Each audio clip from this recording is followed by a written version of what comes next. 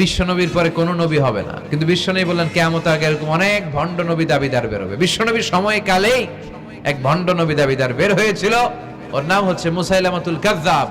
এসে বলে, মুহাম্মদ আন-নবুওয়া নিসফুন লাকা ওয়া নিসফুন লি, তুমি একা নবী নও, নবুয়ত অর্ধেক তোমার অর্ধেক আমার, আমারটা আমারে বুঝায় দাও। বিষ্ণু বললেন, তোরে বুঝায় দেব? আনতা লাস্তা মুসাইলামা ফাকাত, আনতা মুসাইলামাতুল কাযযাব, আজ থেকে তুই শুধু মুসাইলামা না, তুই ভণ্ড মুসাইলামা, তুই মিথ্যাবাদী মুসাইলামা। বিশ্বনবীর পরে এরকম আলজেরিয়াতে অনেক ভণ্ড নবী দাবিদার বের হয়েছে। এই যে ভারতবর্ষের ইন্ডিয়া পাকিস্তান, এখানে পাঞ্জাব একটা এলাকা আছে, নাম শুনছেন? গোলাম মির্জা গোলাম আহমদ কাদিয়ানি, এই বেয়াদবটাও নবুয়ত দাবি করেছে। নাউজুবিল্লাহ পড়তে পারলেন না? সে প্রথমে দাবি করছে আমি শেষ নবী, এরপরে সে দাবি করছে আমি ইমাম মাহাদি, এরপর সে দাবি করছে আমি ঈসা আল মাসিহ। এই ভণ্ডটার অনুসারী বাংলার জমিনে আছে না নাই? এদেরকে রাষ্ট্রীয়ভাবে কাফের হিসেবে আখ্যা দেওয়ার দরকার আছে না নাই? এত আন্দোলন হয়, এত কথা হয়, কিন্তু সরকারের টনক নড়ে না। এদেরকে রাষ্ট্রীয়ভাবে কাফের হিসেবে ঘোষণা দিতে হবে, সার্কুলার জারি করে চিল্লায় বলেন ঠিক কিনা? এরা মুসলমান নয়। কারণ আপনি শুধু লা ইলাহা মানলেই মুসলমান হতে পারবেন না, মুমিন হতে পারবেন না। বিশ্বনবীর উপর সাক্ষী দেওয়ার দরকার আছে না নাই? বিশ্বনবী শেষ নবী, ওনার পরে কোনো নবীও আসবে না, কোনো রাসূলও আসবে না, চিল্লায় বলেন ঠিক কিনা? এই বেয়াদবটা পায়খানা করতে যায় টাঙ্কি ভাঙ্গা গুয়ের টাঙ্কিতে পয়রা মরছে। শত শত বছরের ময়লা পায়খানাটার মধ্যে জমা, গু খাইতে খাইতে পেটটা হয়েছে এত বড়, আর পারে না। আল্লাহকে খা, জনমের খাওয়া। নবীরা যেখানে মারা যায়, নবীরা নিজে পবিত্র, যেখানে মরে ওই জায়গাটাও, কিন্তু বেয়াদবটা কই মরছে? বাথরুমের টাঙ্কির ভিতরে। তো মেথর নিয়ে আসা হয়েছে, মেথর ভাইরা এসে রশি দিয়ে ওটারে উঠায়। কিছু দূর ওঠার পরে এত ওজন, রশি টশি ভাঙ্গা আবার ধস করে পড়ে, আবার উঠায়, আবার পরে আল্লাহকে জনমের মতো ঘু খাইয়া নে। বিষ্ণুর সাথে বেয়াদবি করেছিস, তোর ইজ্জতের 12টা আমি বাজায় দিলাম, চিল্লায় এখন ঠিক কিনা? যারাই বিষ্ণুবীর সম্মান নিয়ে ঝিনিমিনি খেলেছে, তাদের রেহাই দুনিয়াতেও নাই, আখেরাতেও নাই। এই মুসাইলামা দুনিয়াতেই অপমানিত হয়েছিল। সে বিশ্বনবীকে নকল করত, কপি করত, বেয়াদবি করত, স্পর্ধা দেখাতো। বিশ্বনবী কোন গাছের মধ্যে হাত লাগালে ওই গাছের ফলন বেড়ে যেত। সে বলতো আমি নবী, তার এলাকার লোকেরা বলে তাহলে বিশ্বনবী মুহাম্মদের মতো তুমি আমাদের এলাকার গাছে হাত লাগাও। সে কোনো গাছে হাত লাগাইলে ওই গাছের সব ফল মরে যেত। বিশ্বনবী কোন লোনা পানির কুয়ার ভেতরে অজু করে কুলির পানি ফেললে ওই লোনা পানির কুয়া মিঠা পানির কুয়াতে পরিণত হতো। আর এই বদমাসটা যদি মিঠা পানির কোন কুয়ার মধ্যে কুলি ফেলাইতো, ওইটা লোনা পানির কুয়া হয়ে যেত। বিশ্বনবী মদিনাতে আসার পরে মদিনার নিউ বর্ন বেবিদেরকে বিশ্বনবীর কাছে নিয়ে আসা হতো। বিশ্বনবী তাদেরকে তাহনিক করাতেন। তাহনিক মানে খেজুর হালকা একটু খেয়ে বিশ্বনবী লালা লাগিয়ে, বিশ্বনবী লালা মোবারকটাই বাচ্চার ঠোঁটের মধ্যে বিশ্বনবী লাগিয়ে দিতেন। এখন বিশ্বনবী নাই, আলেমদের কাছে যাবেন, খতিব এলাকার বড় খতিব হুজুরের কাছে যাবেন, হাফেজ সাহেব হুজুরের কাছে যাবেন, হুজুর মধু খেয়ে বাচ্চার মুখে লাগাই দিবে। উনি যে সবসময় কোরআন পড়েন, ওনার সিনাতে যে কোরআন, ওইটার বরকত আছে না নাই? বিশ্বনবী তাহনিক করতেন, খেজুর খেয়ে ওই লালা মিশ্রিত খেজুর বাচ্চার মুখে লাগিয়ে দিতেন, আর বাচ্চার মাথায় হাত বুলিয়ে দিতেন। বিশ্বনবীর হাত মদিনার যে সমস্ত নবজাতক বাচ্চাদের মাথায় লেগেছে, বাচ্চাদের মাথার চুল বড় করে দিয়েছে কে? সেও বিশ্বনবীর মতো অ্যাক্টিং করছে। তার কাছে নবজাতক বাচ্চা নিলে সেও তাহনিক করতো। তাহনিক করার সাথে সাথে বাচ্চা বমি শুরু করে দিত। আর মাথায় হাত লাগায় দিলে মাথার চুল বাড়াতো, বড় কথা, আজীবনে বাচ্চাগুলো টাক মাথা থাকতো। তার মানে বেয়াদবির পরিণাম, অপমান দুনিয়া থেকেই শুরু হয়ে যায়। তো বিশ্বনবী বললেন এই ভণ্ডদের আবির্ভাব শুরু হবে। আমাদের এই সমাজে ভণ্ড আছে না নাই? দুদেল বান্দা কালমা চোর, না পায় শ্মশান না পায় ঘোর, দিন থাকিতে আয়রে পথে ছাইড়া দে ভণ্ডামি, ভণ্ডামি ভণ্ডামি ভণ্ডামি, ছাইড়া দে ভণ্ডামি।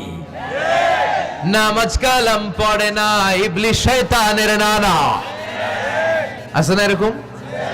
ইসলামের লেবাস লাগায়, দাড়ি রাখে, চুল বড় রাখে, জট পাকায় রাখে, রোজা নাই, নামাজ নাই, পরিচ্ছন্নতা নাই, আতর নাই, গোসল নাই। আছে না নাই? এরকম ভণ্ড পীর আছে না নাই? হক্কানি পীর যারা, তাদের বিরুদ্ধে আমার কোনো কথা নাই, কারণ এদেশে অনেক লক্ষ লক্ষ হিন্দুরা এই হাক্কানি পীরদের হাতে হাত রেখে কালিমা পড়ে মুসলমান হয়েছে। তাদেরকে আমরা সাপোর্ট করি। আমাদের বিরুদ্ধাচারণ আর হুঙ্কার হচ্ছে ভণ্ডদের বিরুদ্ধে। এই দেশে এত ভণ্ড পীর, এই দেশে যত ভণ্ড পীর আছে অনেক দেশের জনসংখ্যাও এত নাই।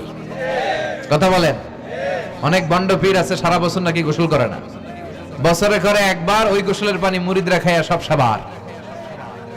আছে না নাই? এগুলোর সাথে আমাদের কোনো সম্পর্ক। বিশ্বনবী বললেন এরকম ভণ্ডদের আবির্ভাব সমাজে হবে কিয়ামতের আগে। এই আলামতটা সমাজে আছে না নাই? দেখেন বিশ্বনবী যাই বললেন অক্ষরে অক্ষরে মিলে যায়। এরপরে বিশ্বনবী ফরমান কাসরাতুল হারাজ, কিয়ামতের আগে হারাজ বেড়ে যাবে। সাহাবারা বললেন ওমাল হারাজ ইয়া রাসূলুল্লাহ, হে নবী হারাজ কি? বিশ্বনবী বললেন হাদা হুয়াল হারাজ, মারামারি, কোপাকুপি, যুদ্ধ। আছে না নাই? আমরা কি যুদ্ধ চাই?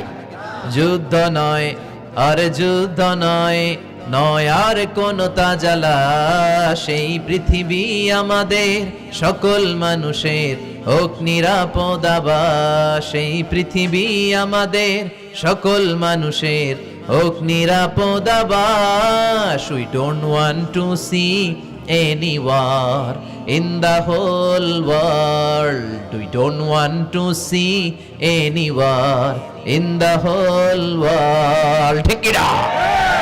আমরা কোনো যুদ্ধ দেখতে চাই না, মারামারি দেখতে চাই না, অন্যায় হত্যাকাণ্ড বিচার বহির্ভূত কোন হত্যাকাণ্ড আমরা এদেশে দেখতে চাই না। বিশ্বনবী বললেন কিয়ামতের আগে এগুলো বেড়ে যাবে। বিশ্বনবী বললেন যে হত্যা করবে সে জানবে না কেন আমি হত্যা করলাম। এরকম হত্যা দেশে আছে না নাই? উপরের নির্দেশ, উপরের টেলিফোন, শুট করো, পোশাকি বাহিনী পিস্তল আছে, শুট করে দিল, কিন্তু কেন সে মারলো ওই সৈনিক জানে না। এরকম আছে না নাই? আবার যে নিহত হইল সেও জেনে মরতে পারলো না যে আমি কেন মরলাম। কথা কন। আহা, এই বাংলার বিভিন্ন নদীতে, মাঠে ঘাটে হাত বাঁধা, পা বাঁধা, চোখ বাঁধা, বস্তাবন্দি করা লাশ পাওয়া যায় কি যায় না? এই দুনিয়ায় তারা বিচার পায় নাই, কিন্তু এগুলোর বিচার আছে না নাই? এগুলোর বিচার যদি না থাকতো, the worldly life will be a joke. এই পৃথিবীটা একটা জোকিং হইতো, জোকিং। জোক করার জন্য আল্লাহ পৃথিবী বানায় না। যেগুলোর বিচার এই জমিনে আমরা পাই নাই, সেগুলোর বিচার আখিরাতে হবে। সেদিন হবে আসল বিচার, সেদিন হবে ফাইনাল খেলা। সেদিন হবে কি খেলা?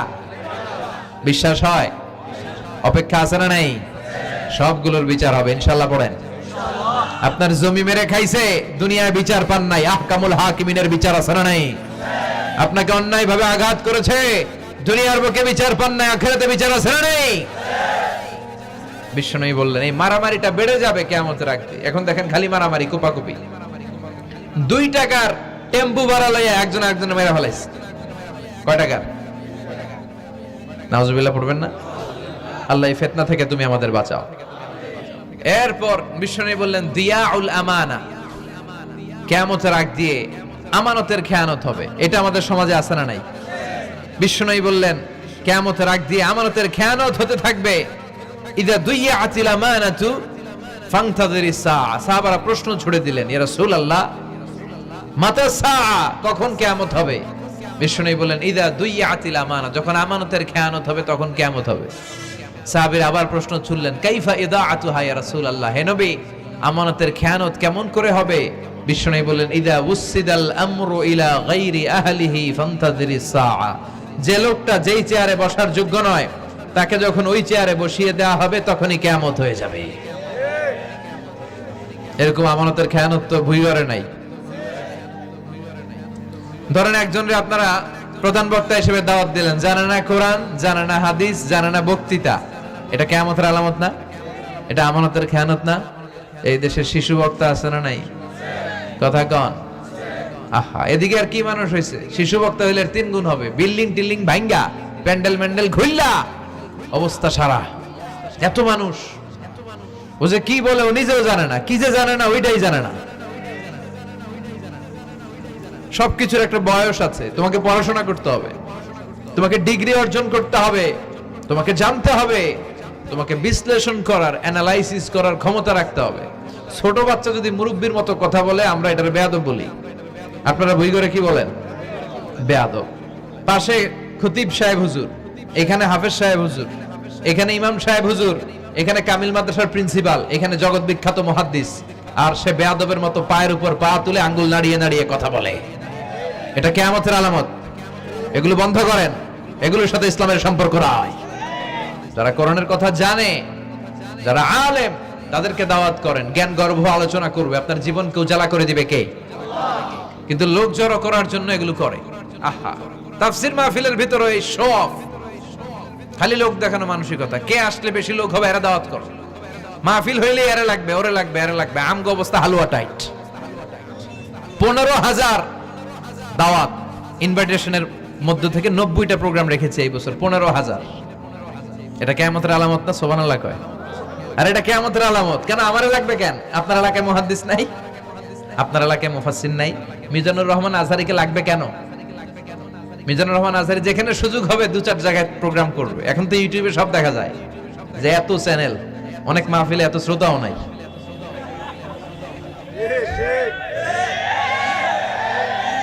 কথা কন। এখন কোথাও যেতে পারি না। আজকে এয়ারপোর্ট থেকে আসার পথে, এয়ারপোর্ট থেকে বের হইতে লাগতেছে আধা ঘন্টা। লোকজনের দাবি হচ্ছে হুজুর সেলফি তুলবো, সেলফি তুলবো, তাও বিভিন্ন অঙ্গভঙ্গি করে, এরকম মুখ বাঁকা করে, এরকম হাত বাঁকা করে। আমি বললাম কি স্টাইল? এটা গ্যাংনম স্টাইল। আছে না নাই? তো এগুলো লৌকিকতা যেন না হয়। এটা তো দিনের দাওয়াতের একটা সেক্টর, একটা প্ল্যাটফর্ম। এখানে ভুইগড়ের যিনি সবচেয়ে বড় খতিব সাহেব হুজুর, উনি আসলেই চলবে।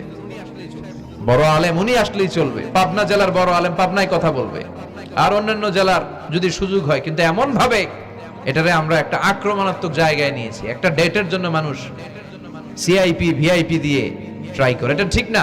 এই টেন্ডেন্সি থেকে আমরা যেন বেরিয়ে আসি। আমরা, আমাদের দরকার ইখলাস। কি দরকার? ইখলাসের বড় অভাব। আবার মাহফিলে গেলে আমাদেরকে অনেক ক্রাইটেরিয়া দেয়, বলে হুজুর আপনার কিন্তু আজকে কাঁপাইতে হবে। আমি আসছি কোরআন থেকে কথা বলতে, এখানে কাঁপাকাঁপি হলে তো ভূমিকম্প হয়ে যাবে। কথা বলেন। আবার বলে হুজুর আপনার কিন্তু আজকে জমাই দিয়া যাইতে হবে। কি করতে হবে? জমাইতে হবে। তো এগুলোর সাথে ইখলাসের কোনো সম্পর্ক আছে?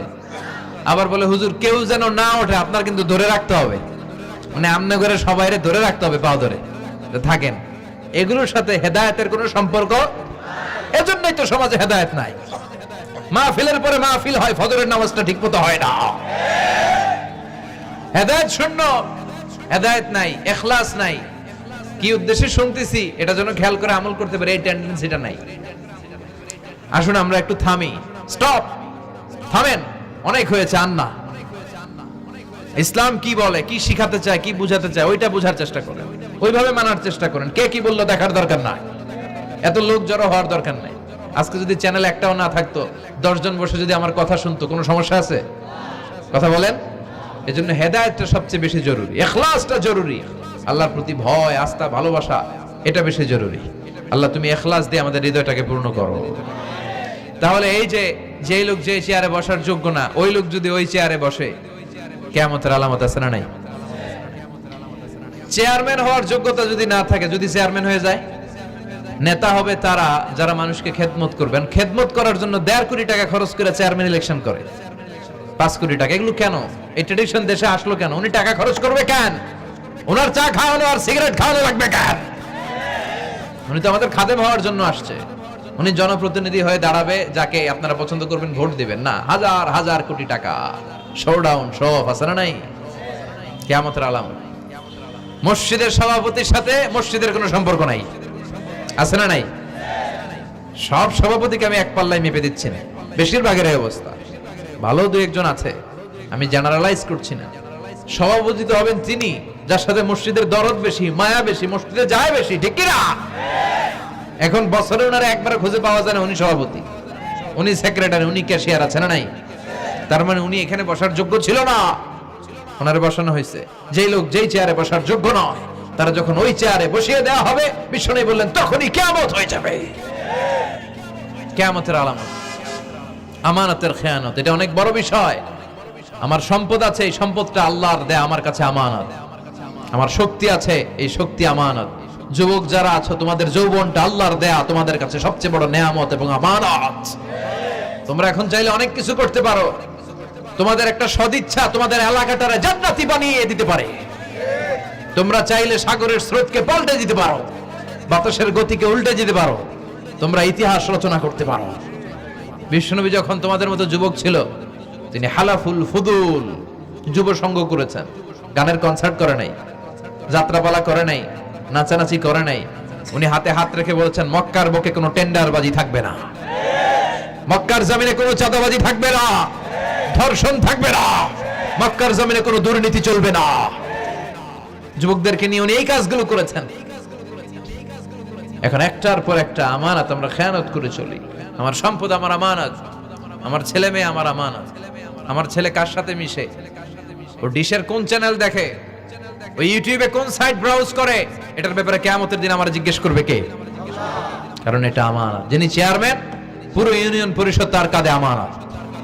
যিনি এমপি, ওনার এলাকায় কি ঘটে না ঘটে এটা খোঁজ খবর নেয় তার আমানত। মেম্বার অফ দ্য পার্লামেন্ট যিনি আছেন এই এলাকার, তার এলাকায় যদি ইয়াবার আড্ডা বসে, গাঞ্জার আসর বসে, এটার দায়ভার তিনি এড়াতে পারেন না। তার এলাকায় ধর্ষণ হলে এটার দায়ভার তিনি এড়াতে পারেন না। এটা তো আমানত। যিনি মন্ত্রী, পুরো মন্ত্রণালয় এটা তার কাঁধে আমানত। যিনি মাননীয় প্রধানমন্ত্রী, আমার 56,000 বর্গ মাইলের প্রতিটা ইঞ্চি মাটি তার হাতে আমানত। এটা অনেক বড় বিষয়। আর মুমিনের বৈশিষ্ট্য হচ্ছে ওয়াল্লাযীনা হুম লিআমানাতিহিম ওয়া আহদিহিম রাউন। যারা বিশ্বাসী তারা কথা দিয়ে কথা রাখে আর আমানতের খেয়ানত করে। এজন্য আমানত পূর্ণ করতে রাজি আছেন? যেখানেই আমানত নষ্ট হবে সেখানেই কিয়ামতের ভয় আছে না নাই?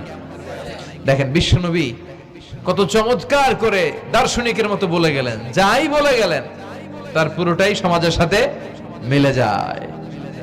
আমরা যেন আমানতের খেয়ানতকারী না হই, আমরা যেন আমানতকে সংরক্ষণ করতে পারি। আল্লাহ তুমি তৌফিক দাও। এরপর বিশ্বনবী বললেন, আত-তাচাউল ফিল বুনিয়ান। কিয়ামতের আগে বড় বড় টাওয়ার বানানোর প্রতিযোগিতা শুরু হয়ে যাবে। আছে না নাই? আজকে নারায়ণগঞ্জে ঢুকে, এটা যে নারায়ণগঞ্জ এটা আমি চিনতেই পারতেছি না। এত সুন্দর হাইওয়ে, এত বিল্ডিং, বিশাল বিশাল টাওয়ার। আগে ছিল এগুলো? কথা বলেন। আরব বিশ্বে দেখবেন বুর্জ আল খলিফা, জমজম টাওয়ার, এই টাওয়ার ওই টাওয়ার, একটার পর একটা টাওয়ার। কাবার পাশে যে পাহাড়গুলো আছে, কাবার পাশের টাওয়ারের উচ্চতা যদি পাহাড়ের চেয়ে উঁচু হয়ে যায়, ফাআলাম ফাইন্নাল আমরা কদ আযাল্লাক, জেনে রাখো কিয়ামত বেশি দূরে নাই, কিয়ামতের ছায়া তোমার উপরে ছায়া দিচ্ছে। এখন মক্কা শহরের পাহাড়ের চেয়ে হাইট বেশি এরকম বিল্ডিং আছে না নাই? কাবা ঘরের পাশেই তো একটা আছে, জমজম টাওয়ার, 120 তলা উঁচু। দি মক্কা রয়্যাল ক্লক টাওয়ার 120 তলা, বিশাল বড় ঘড়ি লাগানো। এগুলো সব কিয়ামতের আলামত। ওর 5 তলা, আমার লাগবে 10 তলা। ওর 2টা গাড়ি আছে, আমার লাগবে 4টা গাড়ি। ও তাহাজ্জুদ পরে আমারও যে পড়তে হবে, ওই টেনশন নাই। ওর মেয়ে হেজাব পরে, আমার মেয়েটারও হেজাব পড়াবো, ওই চিন্তা নাই। ওর ছেলে নামাজে যায়, আমার গাঞ্জা খট্টারও নামাজে বানাবে, এই টেনশন করে না। খালি সম্পদ কেমনে বাড়াবে, দুনিয়াবি চিন্তা। এই পৃথিবীটা একটা ধোঁকা। ভুইগরের ভাইরা, এই পৃথিবীটা একটা ধোঁকা। একটু থামেন, sit down and think about death. মৃত্যু সম্পর্কে ভাবেন। The most certain thing in our life is death.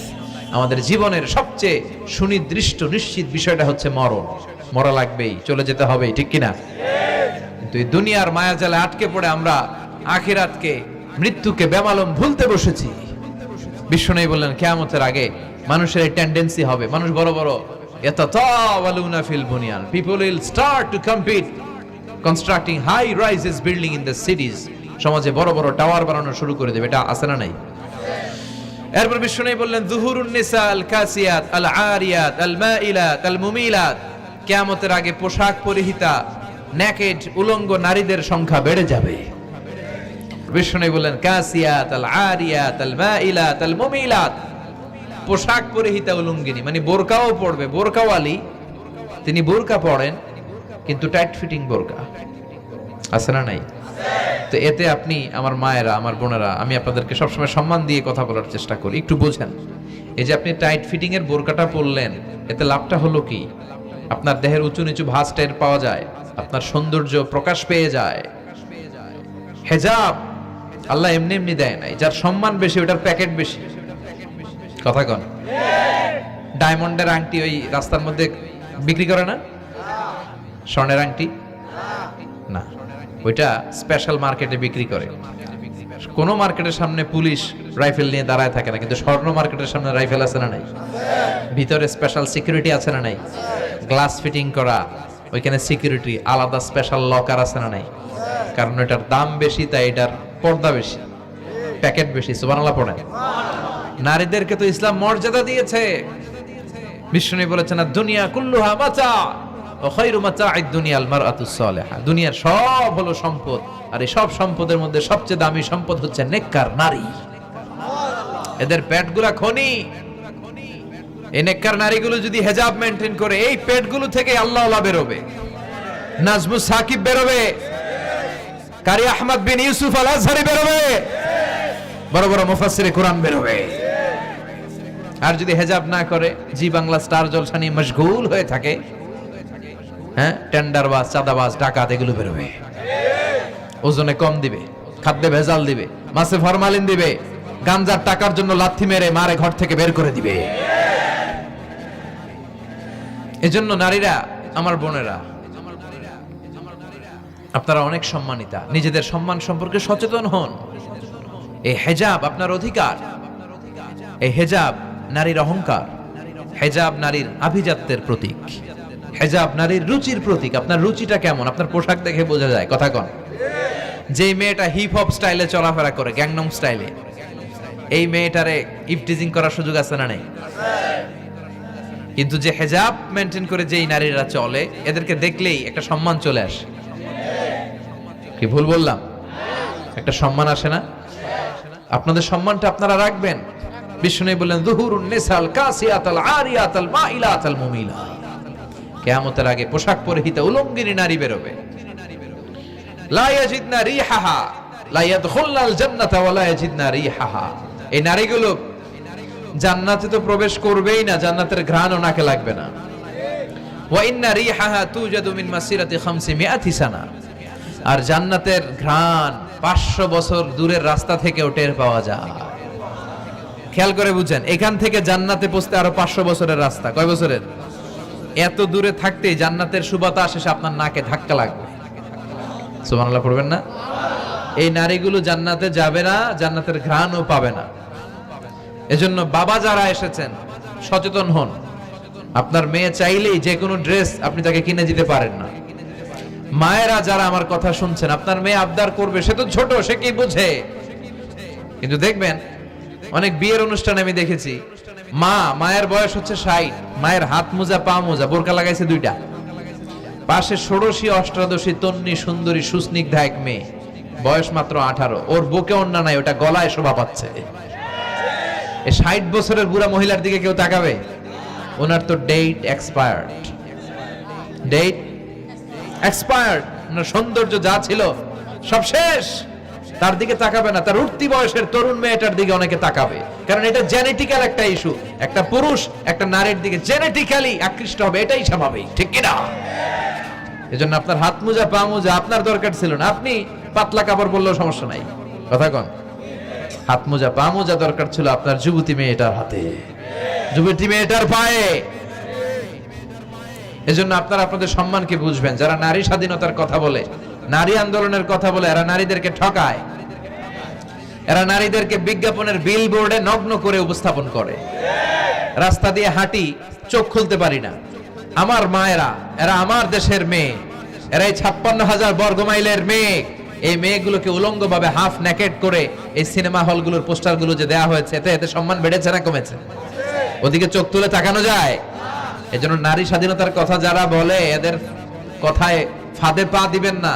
এরা আপনাদের সম্মান বাড়াতে চায় না, এরা আপনাদেরকে বিলবোর্ডে উঠাতে চায়, আপনাদেরকে উলঙ্গ করে রূপালী পর্দায় উঠাতে চায়, টিভির পর্দায় আপনাদেরকে নেকেড করে উপস্থাপন করতে চায়। এদের ঘরেই নারীরা বেশি নির্যাতিত হয়, এদের কাজের মেয়েরাই বেশি নির্যাতিতা। আর সুযোগ পেলে এরা ধর্ষণে সেঞ্চুরি করতে দেরি করে না। এজন্য নারীদেরকে সম্মান দিয়েছে ইসলাম। আমার বোনেরা, আমাদের সম্মান যেন আমরা রাখতে পারি। আল্লাহ তুমি বুঝার তৌফিক দান করো। এরপরে বিষ্ণু বললেন, ইতাআতু যাওজা ওয়া উকুকুল কিয়ামতের আগে বিয়ে করার পরে ছেলেগুলো মাকে ভুলে গিয়ে স্ত্রীর পেছনে পেছনে দৌড়াবে, স্ত্রীর আনুগত্য করবে। এরকম নমুনা আছে না নাই? তো এজন্য মাকে ভুলে যাওয়া যাবে না। মায়ের দোয়া বড় দোয়া। মায়ের দোয়া সবার আগে কবুল। বুলেট মারলে বুলেট মিস হয়, মায়ের দোয়া মিস হয়? খবরদার। স্ত্রী চলে গেলে নতুন স্ত্রী পাওয়া যায়, মা মরে গেলে মা পাওয়া যায়? তাই বলে আমি বলছি না আপনার স্ত্রীকে ডিভোর্স দেন না, বুঝান, মাকেও বুঝান, স্ত্রীকেও বুঝান, বুঝানোর চেষ্টা করেন। সমাজের এখন সবচেয়ে বড় সমস্যাটা হচ্ছে শাশুড়িরা চায় আমি ডমিনেট করব, আমার এতদিনের গড়া সংসার। বউ এসে কয় না আমি আইছি মাগার আমি সব খায় ফেলাম। আছে না নাই? এই যে সবাই ডমিনেট করতে চায়, এটা সমস্যা। সমাধানটা কি? সমাধানটা হচ্ছে আমাদের শাশুড়ি যারা আছে সমাজের, তাদের উচিত বৌমাটারে নিজের মেয়ের মতো মনে করা। নিজের মেয়ের যেখানে বিয়ে দিছে ওইখানে কিন্তু খুব খোঁজ নেয়, মা তোর কি অবস্থা, তোর কষ্ট হইলো কিনা, ইত্যাদি ইত্যাদি। কিন্তু ছেলের বউ করে যারা আনছে এর দিয়ে ইচ্ছে মতো কাজ করা, এরকম টাকা আছে না নাই? ডাবল স্ট্যান্ডার্ড, এটা ঠিক না। আর বৌমা যারা আছেন, ঘরের বৌমা, এরা শাশুড়িকে একটু মায়ের মতো মনে করেন না, কারণ একদিন আপনিও শাশুড়ি হতে চলেছেন, একদিন আপনিও শাশুড়ি হবেন। রং ধরা যৌবন জং ধরে শেষ, আপনারও ছেলে হবে, এই ছেলের বিয়ে করাতে হবে, এই ছেলের বউ এসে আপনার ঘরে তাই করবে আপনি আপনার শাশুড়ির সাথে যা যা করেছেন। এই ছোট্ট হিসাবটা বুঝতে চায় না। শাশুড়ির উচিত বৌমাকে নিজের নিজের মেয়ের মতো করে আদর করা, যত্ন করা, আর বৌমাদের উচিত শাশুড়িকে মায়ের মতো সেবা করা। এই মিউচুয়াল আন্ডারস্ট্যান্ডিংটা থাকলে কোনো ঘরে আর ঝগড়া হবে? শাশুড়ি বৌমা, আল্লাহ সবাইরে তুমি কবুল করো। তো কিয়ামতের আগে মারে ভুলে যাবে, মাকে ভুলে গিয়ে স্ত্রীর পেছনে পেছনে দৌড়াবে। খবরদার, খবরদার। আপনি নামাজি হতে পারেন, মুসল্লি হতে পারেন, হাজী সাহেব হতে পারেন, কিন্তু মা যদি বদদোয়া দেয় আপনার সব শেষ, দুনিয়াও শেষ, আখিরাতও শেষ। মায়ের মর্যাদা বাবার চেয়ে 3 গুণ বেশি। হামালাতহু উম্মুহু, কারণ বাবা পেটে ধরে নাই, পেটে ধরছে কে? ওয়াহানান আলা ওয়াহান, 8 মাস 10 মাস এই বোঝাটা বাবা বহন করে নাই, করলো কে? ফিসালহু ফি আমাইন, 2 বছর বাবা দুধ খাওয়ায়নি, দুধ খাওয়ালো কে? মায়ের এক ধার দুধের দাম কাটিয়া গায়ের চাম, পাপস বানাইলেও ঋণের শোধ হবে না, এমন দরদি ভাবে কেউ হবে না আমার মাগো। ঠিক কিনা? লাউ কাতা'তা জিলদাক, আপনার গায়ের চামড়া কেটেও যদি মায়ের পায়ের জুতা বানিয়ে দেন, কি বানিয়ে দেন? কি দিয়ে? গায়ের চামড়া দিয়ে। এই যে 2 বছর যে দুধ খাইলাম, এই দুধের 1 ঢোক দুধের সুদটাও আদায় হবে না। এজন্য খবরদার, মাকে যেন আমরা ভুলে না যাই। মা দোয়া করতে দেরি, ওই দোয়া কবুল হতে। আমরা ছোটবেলায় যে কত কষ্ট দিয়েছি, সবচেয়ে বেশি কষ্ট যখন দিয়েছি মাকে, ওই স্মৃতিগুলো আমাদের মনে পড়ে না। আপনার বয়স যখন 1 বছর, আপনি স্মৃতি হাতরে এত দূর যেতে পারবেন? 1 বছর বয়সে কি কি কষ্ট দিয়েছিলেন মনে আছে? মানুষের বয়স যখন 2, 3, 4 হয়, 4-5 বছর বয়সে, তখন তার কথাগুলো খেয়াল থাকে। কিন্তু সবচেয়ে কষ্ট কিন্তু মাকে বাবাকে আমরা দিয়েছিলাম যখন আমাদের বয়স 1-2 বছর ছিল। আর মায়ের পেটের ভেতরে যখন ছিলাম তখনও কষ্ট দিয়েছি কি দেই নাই? এক একটা লাথি যখন মেরেছে আমার মা বেহুশ হয়ে যেত। আমাকে আপনাকে জন্ম দিতে যে আপনাদের মা কতটা কষ্ট করেছেন খেয়াল করে শুনেন। চিকিৎসা বিজ্ঞানীরা বলে একজন সুস্থ মানুষ 45 ইউনিট পেইন, মানে ব্যথা, একসাথে সহ্য করতে পারে। ব্যথার তীব্রতা, সিভিয়ারনেস যদি এর চেয়ে বেড়ে যায়, হয়তো লোকটা বেহুশ হয়ে যাবে, না হয় মরে যাবে। কিন্তু আমার আর আপনার মা আমাকে আর আপনাকে জন্ম দিতে যে ওই ডেলিভারি যখন দিয়েছিল, 57+, 57 ইউনিটেরও বেশি ব্যথা তিনি সহ্য করেছিলেন। যেটা কোনো অ্যাক্সিডেন্টে আমাদের দেহে প্রত্যেকের 206টা হাড্ডি, কোন সড়ক দুর্ঘটনায় আপনার দেহের 20টা হাড্ডি একসাথে টাস টাস করে ভেঙে গেলে যত ব্যথা, তার চেয়েও বেশি ব্যথা। জন্য খবরদার, খবরদার, মাকে যেন আমরা ভুলে না যাই। মায়ের দোয়া যেন নেই। কখনো যদি মায়ের সাথে বেয়াদবি করে থাকি, আমরা যেন মাফ চেয়ে নেই। রাজি আছি তো যুবকেরা? রাজি আছি সবাই? আমরা সবাই মায়ের দোয়া নিব। মায়ের দোয়া ছাড়া কেউ জীবনে সফল হতে পারে? আহা, মা যার চলে গেছে তারা জানে মা না থাকার কি জ্বালা। হ্যাঁ, মায়ের কথা মনে পড়ে না? তো বিশ্বনবী যেটা বললেন এটাও আমাদের সমাজে পাওয়া যাচ্ছে, ঠিক কি না? এরপর বিশ্বনবী বললেন যুখরুফাতুল মাসাজিদ ওয়াত্তাবাহি বিহা, কিয়ামতের আগে মসজিদ নিয়ে অহংকার শুরু হয়ে যাবে, মসজিদ নিয়ে দলাদলি। ভুইগড়ে মাশাআল্লাহ এগুলা নাই। ওই মসজিদ টাইলসের মসজিদ, আমরা এসি লাগাবো, ওইটাতে 3 তলা করছে আমরা 5 তলা করব, ডিজাইন করব এগুলা, কিন্তু আমরাও যে নামাজ পড়বো এই চিন্তা নাই। কথা কোন? মসজিদের সৌন্দর্য হচ্ছে মুসল্লি দিয়ে, কি দিয়ে? কিন্তু আমাদের মসজিদগুলো মুসল্লি শূন্য। ফজরের সালাতে বেহাল দশা, কথা বলেন। জোহরের সালাতে বেহাল দশা, আসরের বেহাল দশা, মাগরিবে একটু বাড়ায় আসে আবার বেহাল দশা, কথা বলেন। এজন্য মসজিদে গিয়ে সালাত পড়তে হবে। মসজিদ নিয়ে বাড়াবাড়ি করা যাবে না, দলাদলি করা যাবে না। মসজিদকে আমরা এত ডিজাইন করি, এটাও নিষেধ। মসজিদের সামনের দেয়ালে ঘড়ি টড়ি লাইটিং ফাইটিং এগুলো যত কম দেয়া যায় তাহলে দৃষ্টিটা ওইদিকে যাবে না। লাইট টাইট সবকিছু পেছনে হবে, যার ঘড়ি দেখা দরকার পেছন থেকে দেখে নিবে, সামনের জায়গাটা হবে ফ্রেশ। কিন্তু এরকম মসজিদ বাংলাদেশে খুঁজেই পাওয়া যায় না, কথা বলেন। বিশ্বনবীর মসজিদ ছিল, বুখারীর বর্ণনা, ওয়া কানা সাকফুল মসজিদে জারিদুন নাখাল, বিশ্বনবীর মসজিদে নববীর ছাদ ছিল খেজুর পাতা দিয়ে তৈরি, ডালা দিয়ে তৈরি ছাদ। আর মসজিদে নববীর ফ্লোর ছিল বালুর ফ্লোর, বৃষ্টি হলে কাদামাটি হয়ে যেত। বিশ্বনবীর সাহাবীরা বর্ণনা করেন, রাআইতু রাসূলুল্লাহি সাল্লাল্লাহু আলাইহি ওয়াসাল্লাম ইয়াসজুদু ফিল মাই ওয়াত তিন, কাদামাটির উপরে বিশ্বনবী সিজদা দিচ্ছেন, নামাজ পড়ছেন। সালাম ফিরিয়ে বিশ্বনবী যখন সাহাবীদের দিকে মুখ ফিরিয়ে বসে তাসবিহ পড়তেন, সাহাবারা বর্ণনা করেন, রাআইতু আসারা তিনি ফি জাবহাতিহি, বিশ্বনবীর কপাল মোবারকে আমরা কাদা আর মাটি দেখতে পেয়েছি। আর আমাদের মসজিদে খালি টাইলস। তোরা ঢাকায় টাইলস, আমরা উজবেকিস্তান থেকে টাইলস নিয়ে আসবো, আছে না নাই? এজন্য মসজিদ দিয়ে যেন আমরা দলাদলি না করি, মসজিদটার যেন হেদায়েতের মার্কাজ বানায়। রাজি আছেন তো? বাচ্চাদেরকে মসজিদে যেতে দিবেন, আমি সব জায়গায় বলি।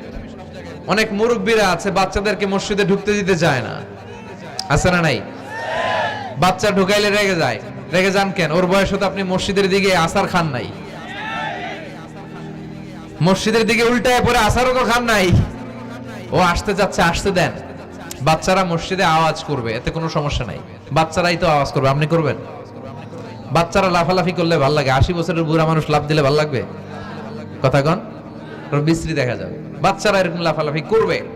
তুরস্কের বিভিন্ন মসজিদের দেয়ালে ফেস্টুনে ব্যানারে লেখা থাকে, নামাজ চলা অবস্থায়, জামাত চলা অবস্থায় যদি পিছনে বাচ্চাদের আওয়াজ চিল্লাফাল্লা শুনতে পাওয়া না যায় তাহলে ভবিষ্যৎ প্রজন্ম নিয়ে তোমাদের চিন্তায় থাকা উচিত।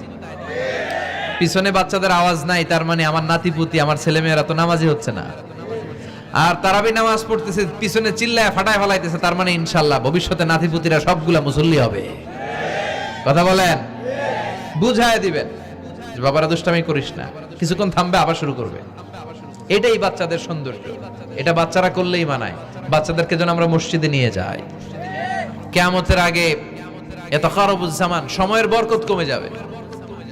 1 বছর মনে হবে 1 মাস, 1 মাস মনে হবে 1 সপ্তাহ, 1 সপ্তাহকে মনে হবে 1 দিন। এই যে 4 বছর ধরে এখানে তাফসীর হয়, তাই না? কথা কন। গত বছর আসছিলেন কারা কারা? হাত তোলেন। আসছে তো, কম না, ভালোই আসছিল, হাত নামান। যে গত বছর ওয়াজ শুনে গেলেন, এই বছর আবার আসলেন, আপনাদের কি মনে হয় যে 1 বছর চলে গেছে? মনে হয় যে অল্প কয়েক মাসের ব্যবধানে এই বছরটা ঘুরে যেন আবার চলে আসলো, এরকম মনে হয় না? বরকত উঠায় নিচ্ছে কে? কথা বলেন। এরপর খাবারের স্বাদ উঠায় নিচ্ছে কে? আগে খাবারের যে স্বাদ ছিল এখন ওইটা আছে? আগে ইলিশ মাছ রান্না করলে যে ঘ্রাণ হতো এখন এই ঘ্রাণ পাওয়া যায়? আগে শোল মাছের ঝোল রান্না করলে যে স্বাদ হতো, আগে চিংড়ি মাছ রান্না করলে যে স্বাদ লাগতো, এখন এই স্বাদ পাওয়া যায়? সব তুলে নিল কে? দেখেন বিশ্বনবী যা যা বললেন তার প্রমাণ সমাজে আছে না নাই? বিশ্বনবী বললেন তাসলিমুল খাসা, কিয়ামতের আগে লোকজন শুধু পরিচিতদেরকে সালাম দিবে, অপরিচিতদেরকে সালাম দিতে চাইবে না। এরকম আছে না নাই? এই মুরব্বী চাচার চিনি, চাচা আসসালামু আলাইকুম, চিনি আসসালামু আলাইকুম, ওদিকে চিনি আসসালামু আলাইকুম। কিন্তু অন্য একটা এলাকায় গেছি, ওখানে কাউরে চিনি না, সালামও দেয় না। বাসে উঠছেন, কাউরে চিনেন না, সালাম দেন না, এরকম আছে না নাই? তো সালাম কি যাদেরকে চিনেন এদের জন্য? কথা কন। আলা মান আরাফতা ওমান লাম তারিফ, যাকে চিনো সালাম দাও, যাকে চিনো না তাকেও দাও। আল বাদিউ বিস সালাম, বিশ্বনবী বললেন আগে আগে দাও। আল বাদিউ বিস সালাম বারিউম মিনাল কিবর, আগে আগে যে সালাম দেয় তার হৃদয় থেকে অহংকার মুক্ত করে দেয় কে? আল্লাহ। অহংকার মুক্ত হওয়ার দরকার আছে না নাই? যার হৃদয়ে যাররা পরিমাণ অহংকার থাকবে সে জান্নাতে প্রবেশ করতে পারবে? কথা বলেন। এজন্য আমরা আগে আগে সালাম দেব। ভুইঘরের ভাইয়েরা ছোটরা বড়দেরকে দিব, বড়রা ছোটদেরকে দিব, হাজবেন্ড ওয়াইফকে দিব, ওয়াইফ হাজবেন্ডকে দিব। রাজি আছেন তো? আজকে যারা স্বামী যারা আসছেন বাড়িতে যেই ভাবির আগে সালাম দিবেন। রাজি আছেন? কথা কয় না, আওয়াজ ছোট হয়ে গেছে। পারা যাবে? আপনি আগে সালাম দিবেন, এটা দেখে আপনার স্ত্রী লজ্জা পেয়ে আপনার আগে দিবে। এগুলো দেখে বাচ্চারা সালাম শিখে ফেলবে। সুবহানাল্লাহ কইবেন না? আমরা কি চাই না আমাদের ফ্যামিলিগুলো এরকম সুন্দর হোক? আমরা কি চাই না আমাদের ফ্যামিলিগুলো জান্নাতি হোক? এরপরে বিশ্বনবী বললেন খুতাবুকুম তাবিলা সালাওয়াতুকুম কাসীরা, কিয়ামতের আগে খুতবাগুলো লম্বা হবে আর সালাতগুলো খাটো হয়ে যাবে। এই যে বক্তব্য লম্বা, নামাজ হয়ে যায় খাটো, আছে না নাই? হুজুর ওয়াজ করেন, ওয়াজ টেস্ট লাগে, নামাজ টেস্ট লাগে না, আছে না নাই? এশার নামাজে পড়ে না, ফজর নামাজে পড়ে না, রাত 2টা পর্যন্ত ওয়াজ শুনে, আছে না নাই? এরকম করা যাবে না। নামাজ কামাই করা যাবে না। সবার আগে হবে নামাজের হিসাব। নামাজের হিসাব ঠিক তো আপনার পুরো আমলনামা ঠিক। নামাজে ভেজাল তো সব জায়গায় ভেজাল। প্রথম হিসাব নেওয়া হবে এই সালাতের, খবরদার। এরপরে বিশ্বনবী বললেন লা ইউকাসসামুল মিরাস আলা ওয়াজহিন সাহিহ। বিশ্বনবীর হাদিস থেকে এরকম বর্ণনা পাওয়া যায়, এর মাফহুম হচ্ছে লা ইউকাসসামুল মিরাস আলা ওয়াজহিন সাহিহ, সহিহ পদ্ধতিতে মিরাজ বণ্টিত হবে না। লিযযাকারি মিসলু হাদ্দিল উনসায়াইন, সব বাবাদেরকে আল্লাহ বললেন উত্তরাধিকারের বন্টন নীতি তুমি মেনে ছেলে মেয়েদের মধ্যে বন্টন করে দিবা। ছেলেরে দিবা যদ্দুর, মেয়েরে দিবা অর্ধেক। কার আইন? কথা বলেন, আইনটা কার? ছেলেরে যদি 2 লাখ দেন, মেয়েরে চিল্লায় বলেন, ছেলে 2 লাখ পেলে মেয়ে কয় লাখ? ছেলে 4টা বাড়ি পেলে মেয়ে কয়টা বাড়ি? অনেক বাবা আছে মেয়েরা কয় মা তোর বাইরে সব দিয়ে দিলাম, তোর লেগে দোয়া করে দিলাম। হাত তুলছে এমনি। মেয়ের লেগে কি করে দেয়? আর ভাইয়েরে সব দিয়ে দেয়। এগুলো ডাকাত। এগুলো কি ভুই ঘরে মাশাআল্লাহ এরকম ডাকাত টাকাত নাই। দোয়া তো আপনি সবাইরই করবেন।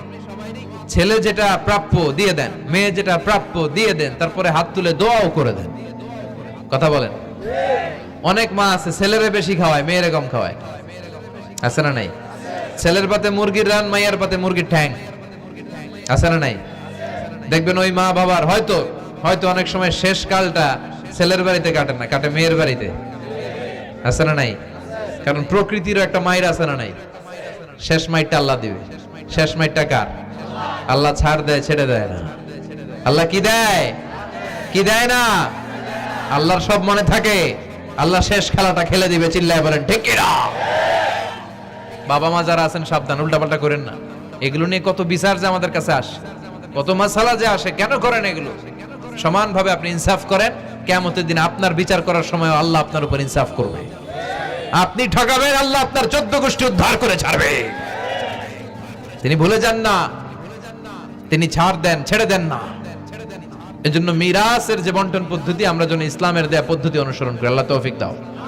কিয়ামতের আগে ভূমিকম্প বেড়ে যাবে, আছে না নাই? কিয়ামতের আগে আত্মহত্যা বেড়ে যাবে, আছে না নাই? কিয়ামতের আগে ঢোল বাদ্য নাচানাচি বেড়ে যাবে, আছে না নাই? বাংলা মায়ের একতারা সুর কতই ভালোবাসি, দোতারা সুর কতই ভালোবাসি, বাজারে ঢোল বাজারে বাসি। বিশ্বনবী বললেন বুইসতু আন উকাসসিরাল মাযামির, আমি ঢোল বাদ্য তবলা হারমোনিয়াম এগুলোরে ভেঙে মাটির সাথে গুড়িয়ে দেওয়ার জন্য এসেছি। আর ওই নবীর উম্মত কয় বাজারে ঢোল বাজারে বাসি, আছে না নাই? ঢোল বাদ্য বাজানো যাবে? এই হাই বিটের মিউজিক আপনি শুনলে আপনার অন্তরে নেফাকি তৈরি হবে। নামাজে মজা পায় না, হুজুর নামাজে মজা পায় না। তুমি আজীবন শোনো কুচ কুচ হোতা হ্যায়, তো তুমি নামাজে মজা পাইবা কেমনে? আজীবন শুনে কি কুচ কুচ হোতা হ্যায়। এখন নামাজে মজা পায় না, জিকির করে মজা পায় না, তেলাওয়াতে মজা পায় না, মজা নাই, মনোযোগ নাই। হৃদয়টাকে যে তুমি শয়তানের আখড়া বানিয়েছো, তুমি সালাতে প্রশান্তি পাবে কি করে? এজন্য এই মিউজিক্যাল ইনস্ট্রুমেন্ট থেকে দূরে থাকতে হবে। এগুলো অন্তরে নেফাকি তৈরি করে। আপনি দফ বাজাতে পারবেন, দফ, দফ চিনেন? ঢোলের দুই দিক আটকানো, দফের এক দিক আটকানো এক দিক খোলা, এটা বাজিয়ে আপনি নাশিদ পরিবেশন করতে পারবেন, সমস্যা নাই। বিশ্বনবী বিয়ের ক্ষেত্রে বলেছেন আলিনু আন-নিকাহ বিদ-দুফুফ, এই দফ বাজিয়ে দফের ব্যান্ড পার্টি করে বিয়ের ঘোষণা দিয়ে দাও। ঈদের দিন বিশ্বনবী শোয়া, কিছু ছোট্ট মেয়েরা এসে দফ বাজিয়ে নাচ গান করতেছে, ছোট মেয়েরা। সাইয়েদনা আবু বকর দেখে রেগে গেলেন, আমিজবারু শাইতানি ফি বাইতি রাসূলিল্লাহ, আল্লাহর নবীর ঘরে শয়তানের বাদ্য। বিশ্বনবী বললেন দাহু ইয়া আবু বকর, আবু বকর রাখো, ইন্না লিকুল্লি কওমিন ঈদ, সব জাতিরই তো একটা ঈদের অনুষ্ঠান আছে, হাদা ঈদুনা, আজকের দিনটা আমাদের ঈদের দিন, বাচ্চাদেরকে একটু আনন্দ উৎসব করতে দাও। এই দফ বাজালে কোনো ক্ষতি নাই। বিশ্বনবী মক্কা থেকে যখন মদিনায় হিজরতে গেলেন, কোন পথ দিয়ে আমার নবী আসবে জানার জন্য মদিনার ছেলেমেয়েরা পাগল হয়ে গেল। ওই পথে দফ নিয়ে দাঁড়িয়ে রইল। বিশ্বনবী সাইয়েদনা আবু বকরকে নিয়ে আগমন করলেন, ওরা তালা আল বাদরু আলাইনা বলে বিশ্বনবীর ওয়েলকাম জানালো। সুবহানাল্লাহ পড়েন। তালা আল বাদরু আলাইনা মিন সানিয়াতিল ওয়াদা ওয়াজাবা শুকরু আলাইনা মাদাআ লিল্লাহি দা আইয়ুহাল মাবউসু ফিনা জিতা মিন আমরিল মুতাব জিতা শারাফতাল মাদিনা মারহাবান ইয়া খায়রা দা তালাআল বাদরু আলাইনা মিন সানিয়াতিল ওয়াদা ওয়াজাবা শুকরু আলাইনা মাদাআ লিল্লাহি দা। পড়েন আল্লাহু আকবার। আমরা যেন এই সুস্থ সংস্কৃতির প্রচার প্রসার করতে পারি। ইসলাম বিনোদনে নিষেধ করে নাই, কিন্তু বিনোদন শুড বি হালাল বিনোদন, ঠিক কিনা? আপনি অসুস্থ সংস্কৃতির চর্চা করলে ওইটা আল্লাহ অ্যাকসেপ্ট করবে না। সংস্কৃতিটা হতে হবে সুস্থ সংস্কৃতি। আল্লাহ তুমি তৌফিক দাও। বিষ্ণুবী যা যা বললেন, ভুইঘরের ভাইয়েরা, তার প্রতিটি আমাদের আশেপাশে চোখের সামনে পেছনে আছে না নাই? এটা ফিতনার যুগ। কিসের যুগ?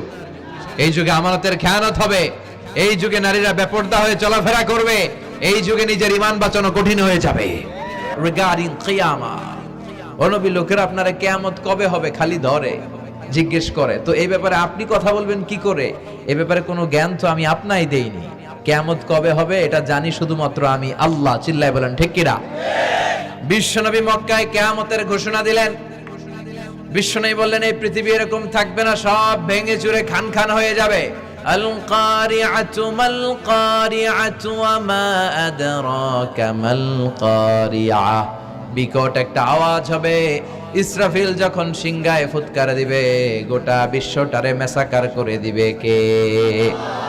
আবার বিশ্বনবী শোনাতে লাগলেন ইদা জুলজিলাতিল আরদু জিলজালাহা ওয়া আখরাজাতিল আরদু আসকালাহা। বিশ্বনবী বললেন সেদিন পৃথিবীটা কেঁপে উঠবে, মহা ভূমিকম্প হবে। জমিনের ভেতরে যা আছে, তেলের খনি, গ্যাসের খনি, স্বর্ণের খনি, সবকিছু জমিনটা বমি করে বের করে দিবে। আবার বিষ্ণু বলতে লাগলেন ইদা রুজ্জাতিল আরদু রাজ্জাও ওয়া বুসাতিল জিবালু বাসসা। সুবহানাল্লাহ পড়েন। জমিনটা কেঁপে উঠবে, পাহাড়গুলো ভেঙে চুড়ে দুমড়ে মুচড়ে যাবে, গোটা বিশ্বটা কেঁপে উঠবে, সাগরের বুকে দাউ দাউ করে আগুন জ্বলবে। সেই দিনটা হচ্ছে কিয়ামতের দিন। বিশ্বনবীর মুখ থেকে বারবার বারবার বারবার এই কিয়ামত কিয়ামত শুনতে শুনতে কাফেরদের মনের ভিতরে ভয় ঢুকে গেছে। কাফেররা মনে মনে কয় এই মুহাম্মদ তো কোনোদিন মিথ্যা কথা বলতে শুনি নাই। শুনছে? বিশ্বনবী ওনার পুরো জীবনে একটি মিথ্যা কথা বলেছেন, একটি অসত্য কথাও তিনি বলেছেন। ওদের মনের ভিতরে ভয় ঢুকে গেছে, কিরে মুহাম্মদ যা বলে তাই তো হয়। এই যে মুহাম্মদ বারবার বারবার কিয়ামতের কথা বলতেছে, যদি সত্য হয়, যদি, চলো মুহাম্মদের জিজ্ঞেস করি যে এই যে কিয়ামতের কথা তুমি বলো এটা কবে হবে? সুবহানাল্লাহ পড়বেন না? সবাই এসে জিজ্ঞেস করলো মুহাম্মদ তুমি তো মিথ্যা বলো না, তুমি সত্যবাদী as-সাদিকাল আমিন, তুমি বলো কিয়ামত হবে, আমাদের জানতে বড় মন চায় কিয়ামত যে হবে, কিয়ামতটা কবে হবে? আল্লাহ তখনই আয়াত নাজিল করে বললেন, নবী ওরা জিজ্ঞেস করে কিয়ামত কবে হবে, কিন্তু আপনি বলবেন কেমনে? বলতে পারে একজন, তিনি কে? ইন্নাস সাআতা লাআতিয়াতুন লা রাইবা ফিহা ওয়ালাকিন্না আকসারান নাসি লা ইউমিনুন। আল্লাহ বললেন কিয়ামতটা হবেই হবে, এতে কোনো সন্দেহ নাই। সন্দেহ আছে নাকি? এটা কিন্তু ঈমানের সাথে সম্পৃক্ত। কিয়ামত যে হবে আমাদের কারো সন্দেহ আছে? কারো সন্দেহ নাই। কারো কি এমন ক্ষমতা আছে যে কিয়ামতকে আটকায় দিবে? বলেন। পৃথিবীর কোন প্রধানমন্ত্রী, প্রেসিডেন্ট, পুলিশ প্রধান, র্যাবের প্রধান, বিডিআর, সেনাবাহিনী, Donald Trump, Barack Obama, George W Bush, Vladimir Putin, Narendra Modi, পৃথিবীর কেউ এই কিয়ামতকে আটকায় রাখতে পারে? অসম্ভব। কিয়ামত হবেই, কেউ কিয়ামতকে ঠেকায় রাখতে পারবে না। এটা হবে, কিন্তু কবে হবে কেউ জানে না, একজন ছাড়া। তিনি কে? ইন্নাল্লাহা ইনদাহু ইলমুস সাআহ। আল্লাহর কাছে আছে এই কিয়ামতের জ্ঞান, কেউ এই জ্ঞান রাখে না। সাইয়েদনা জিবরাইল বিশ্বনবীকে একবার প্রশ্ন করলেন, ইয়া রাসূলুল্লাহ সাল্লাল্লাহু আলাইহি ওয়াসাল্লাম, মাতা সাআহ, এই যে আপনি কিয়ামতের কথা বলেন, এই কিয়ামতটা কখন হবে? বিশ্বনবী বললেন, মাল মাসউলু আনহা বিআলামা মিনাস সাইল। ও জিবরাইল, তুমি যেমনি জানো না, আমিও জানি না। সুবহানাল্লাহ পড়ে। যারা জিজ্ঞেস করা হয়েছে সে জিজ্ঞাসাকারীর চেয়ে ভালো জানে না। মানে তোমার যা দশা আমারও একই দশা, তুমিও জানো না, আমিও জানি না, তো জানে কে? আবার এক সাহাবী বললেন, ইয়া রাসূলুল্লাহ মাতা সাআ, কিয়ামত কবে হবে? বিশ্বনবী কোন উত্তর না দিয়ে আবার সাহাবীরে প্রশ্ন করলেন, বললেন, ওয়া মাযা আ'দাতা লিস-সাআ, কিয়ামত কবে হবে জানার জন্য পাগল হলে কেন? কিয়ামতের জন্য তুমি কি প্রস্তুত করে রেখেছো? সাহাবী বলে, মা আ'দাতু লাহা শাইআন ইয়া রাসূলুল্লাহ, ইয়া রাসূলুল্লাহ, আমি কিয়ামতের জন্য কিছুই প্রস্তুত করতে পারি নাই। ইল্লা আন্নী উহিব্বুল্লাহ ওয়া রাসূলুহু, তবে একটা জিনিস আছে, সেটা কি? সেটা হচ্ছে আমি আল্লাহরে আর আল্লাহর রাসূলরে বড় ভালোবাসি। বিশ্বনবী বললেন, ফাইন্নাকা মা আমান আহবাবতা, তুমি তো ভালো জিনিসে জোগাড় করেছো। জেনে রাখো, তুমি যাদেরকে ভালোবাসো কিয়ামতের দিন জান্নাতে ঢুকে কিয়ামতের পরে জান্নাতে তাদের সাথেই তুমি থাকবা। যার সাথে যার ভালোবাসা তার সাথেই তার জান্নাত। চিল্লায় বলেন ঠিক কি না? তাহলে বোঝা গেল এই কিয়ামত হবেই। এই কিয়ামতরে কেউ ঠেকায় রাখতে পারে না। আর কিয়ামত কবে হবে এটা কেউ জানেও না, এমনকি জিবরাইলও জানতেন না। সাইয়েদনা জিবরাইল, এমনকি বিশ্বনবী মুহাম্মদ রাসূলুল্লাহ সাল্লাল্লাহু আলাইহি ওয়াসাল্লামও জানতেন না। জানে শুধু একজন, তিনি কে? কিন্তু অনেকে দেখবেন ইদানিং কালে বলে ফেলে যে অমুক সালে কিয়ামত। এটা বলার ক্ষমতা আপনারে দিয়েছে কে? এটা তো মিনাল উমুর আল গায়বিয়াত, অদৃশ্যের খবর। অদৃশ্যের খবর তো কেউ জানে না। কে জানে? অদৃশ্যের খবরের ব্যাপারে কিছু বলতে চাওয়া মানে অদৃশ্যের ব্যাপারে হস্তক্ষেপ করা, এটা কুফরি। এজন্য কিয়ামত কবে হবে এক্সাক্ট টাইম এটা আল্লাহ জানেন, বিশ্বনবীও জানতেন না। তবে বিশ্বনবী কিয়ামতের কিছু আলামত আমাদের সাথে শেয়ার করেছেন। হাদিসের পরতে হাদিসের প্রামাণ্য কিতাবগুলোতে যখন আপনি পড়বেন, চ্যাপ্টারগুলোতে পড়বেন, বিভিন্ন জায়গায়, বিভিন্ন নসিহাতে, বিভিন্ন আলোচনায় বিশ্বনবী মুহাম্মদ রাসূলুল্লাহ তিনি বর্ণনা করেছেন যে কিয়ামতের আগ দিয়ে গোটা বিশ্বের, গোটা পৃথিবীর সামাজিক অবস্থা, রাষ্ট্রীয় অবস্থা, পারিবারিক অবস্থা এরকম হবে। কি কি আলামত বিশ্বনবী বলে গেলেন আমাদের জানার দরকার আছে না নাই? আমরাও কিন্তু অবাক করা কোনো কাণ্ড দেখলে বলে ফেলি এটা কিয়ামতের আলামত। আমরা যদি বেহায়াপনা দেখি, বিশেষ করে ধর্মপ্রাণ মুরব্বী যারা আছে, এরা বেহায়াপনা দেখলে সহ্য করতে পারে না। এরা বলে এগুলো কিয়ামতের আলামত। আছে না নাই? কিয়ামতের আলামত। আমি এরকম দেখেছি যে একটা সন্তান মায়ের পেট থেকে ভূমিষ্ঠ হয়েছে, কিন্তু ওই সন্তানের মাথা দুইটা। তো এগুলো দেখলে আমরা কি বলি? কিয়ামতের আলামত। কিন্তু বিশ্বনবী কিয়ামতের আলামতের ব্যাপারে কি বললেন, আমাদের কি শোনালেন, জানতে মনে চায়? কথা বলেন, শুনতে মনে চায়? আসেন আজকের এই চমৎকার রজনীতে কিয়ামতের আলামতের ব্যাপারে, আলামাতুল কিয়ামা, আশরাতুস সাআ, আস-সুগরা ওয়াল কুবরা, এগুলো আমরা জানার চেষ্টা করি। আপনি বিশ্বনবীর মুখনিসৃত এই বাণীগুলো যদি শোনেন যে কিয়ামতের আলামতের ব্যাপারে বিশ্বনবী কি বলেছে, শুনলে আপনার গা শিহরিয়ে উঠবে। আপনার মনে হবে বিশ্বনবী যেন এই একবিংশ শতাব্দীর দিকে তাকিয়ে তাকিয়ে বলে গিয়েছিলেন। মনে হবে যেন বিশ্বনবী বাংলাদেশের এই পরিবেশটা দেখে দেখে বলেছেন। প্রায় প্রতিটাই আমাদের সমাজের সাথে, আমাদের দেশের সাথে, আমাদের পরিবেশের সাথে খাপ খেয়ে যায়।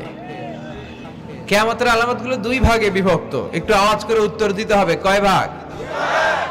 একটা ছোট আলামত আর একটা বড় আলামত। চিল্লায় বলেন একটা, আরেকটা, আবার বলেন একটা, আরেকটা।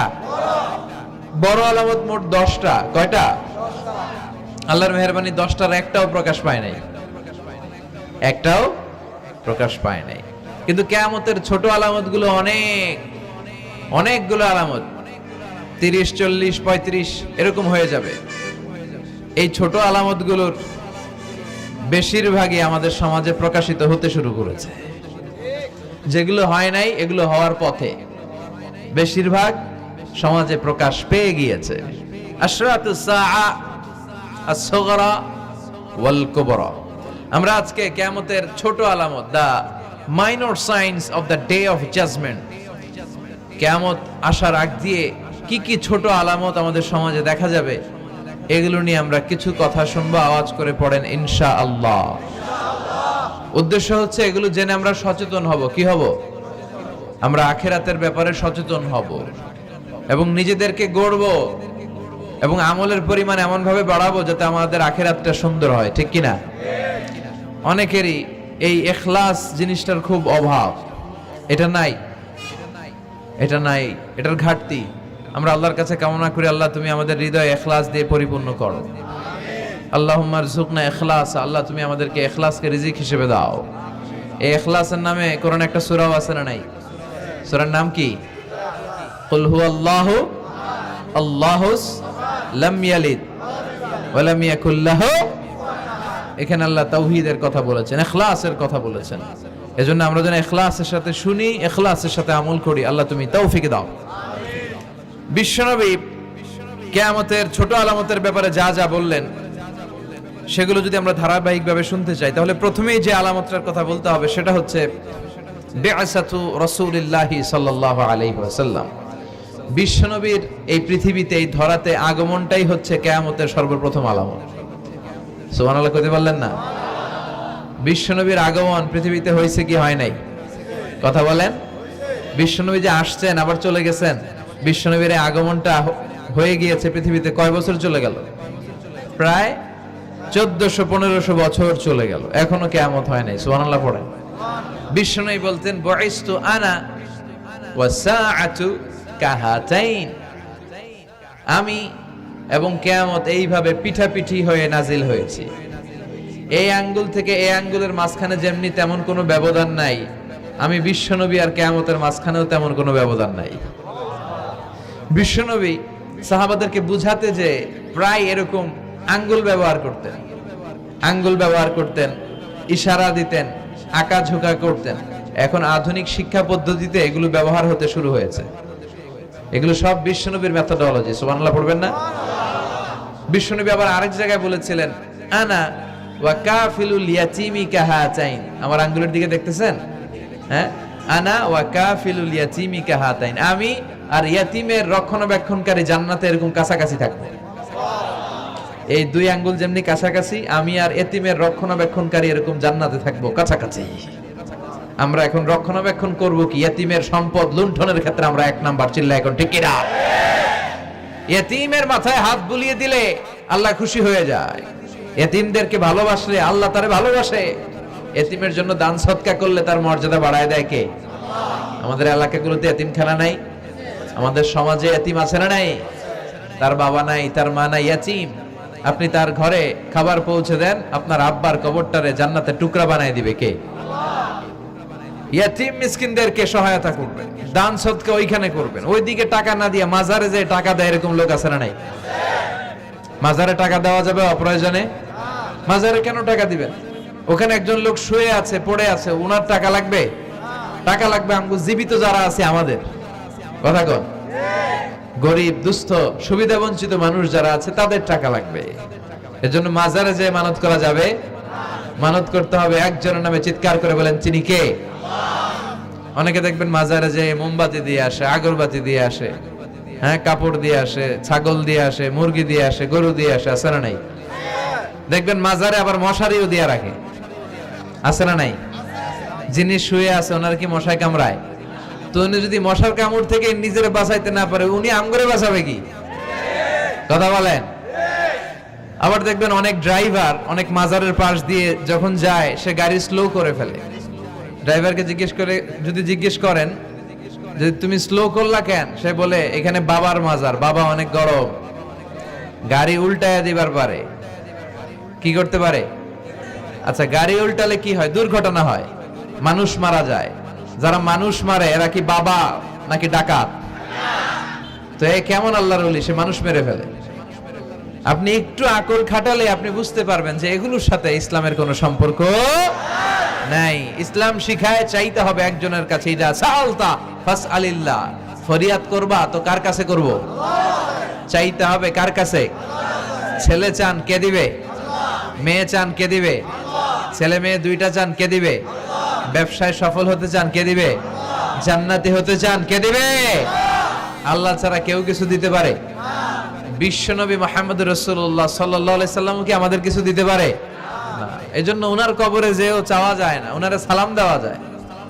ওখানে যে বিশ্বনবীকে সালাতুস সালাম পাঠানো যায়, কিন্তু বিশ্বনবীরে বলা যায় না ইয়া রাসূলুল্লাহ আমার একটা মেয়ে দেন, আমার একটা ছেলে দেন, ইয়া রাসূলুল্লাহ আমার নির্বাচনে পাশ করাইয়া দেন।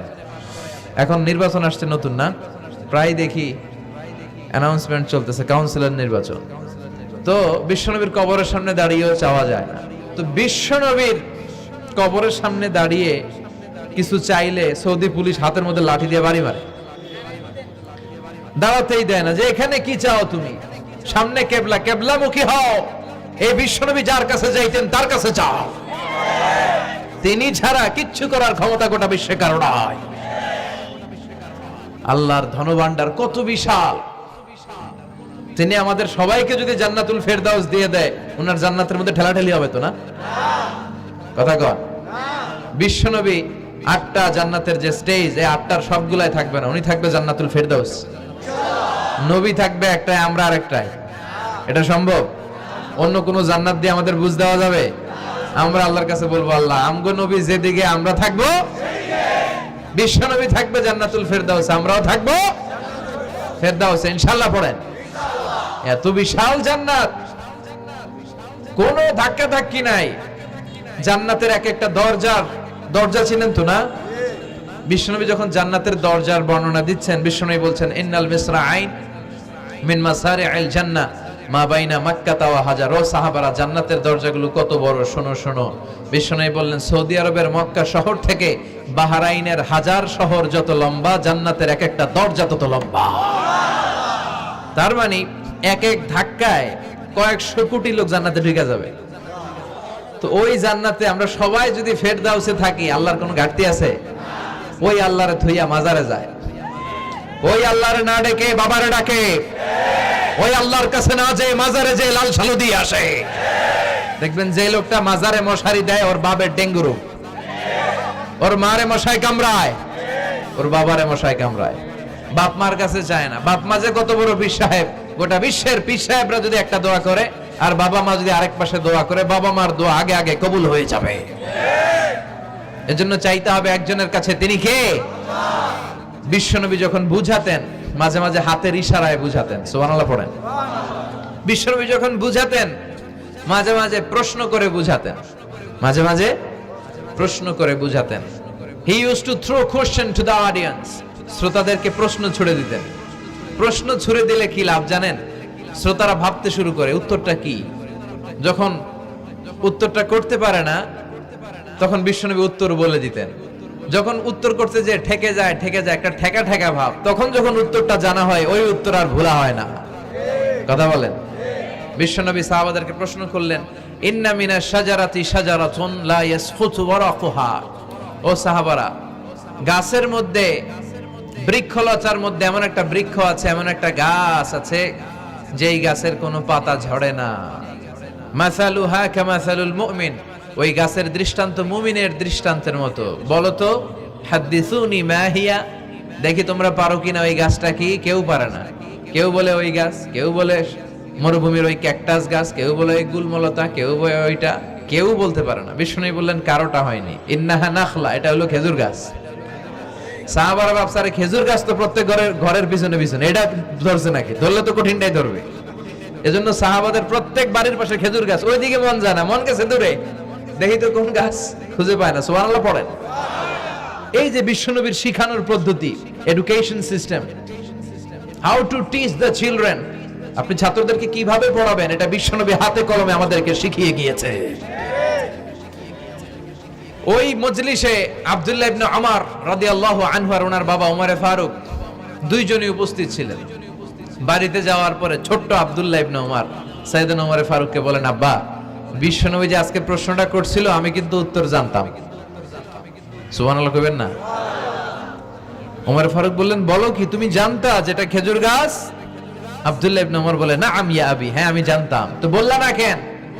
তুমি যদি আজকে উত্তর দিতে পারতা তাহলে আরবরা লাল কপালের উট পেলে অনেক খুশি হয়ে যায়। তিনি বললেন, লাল চাঁদওয়ালা উট পেলে মানুষ যেরকম খুশি হয়, আজকে তো আমি অত খুশি হইতাম, বিশ্বনবীর সামনে আমার বুকটা এত বড় হয়ে যেত যে আমার ছেলে উত্তর করতে পেরেছে।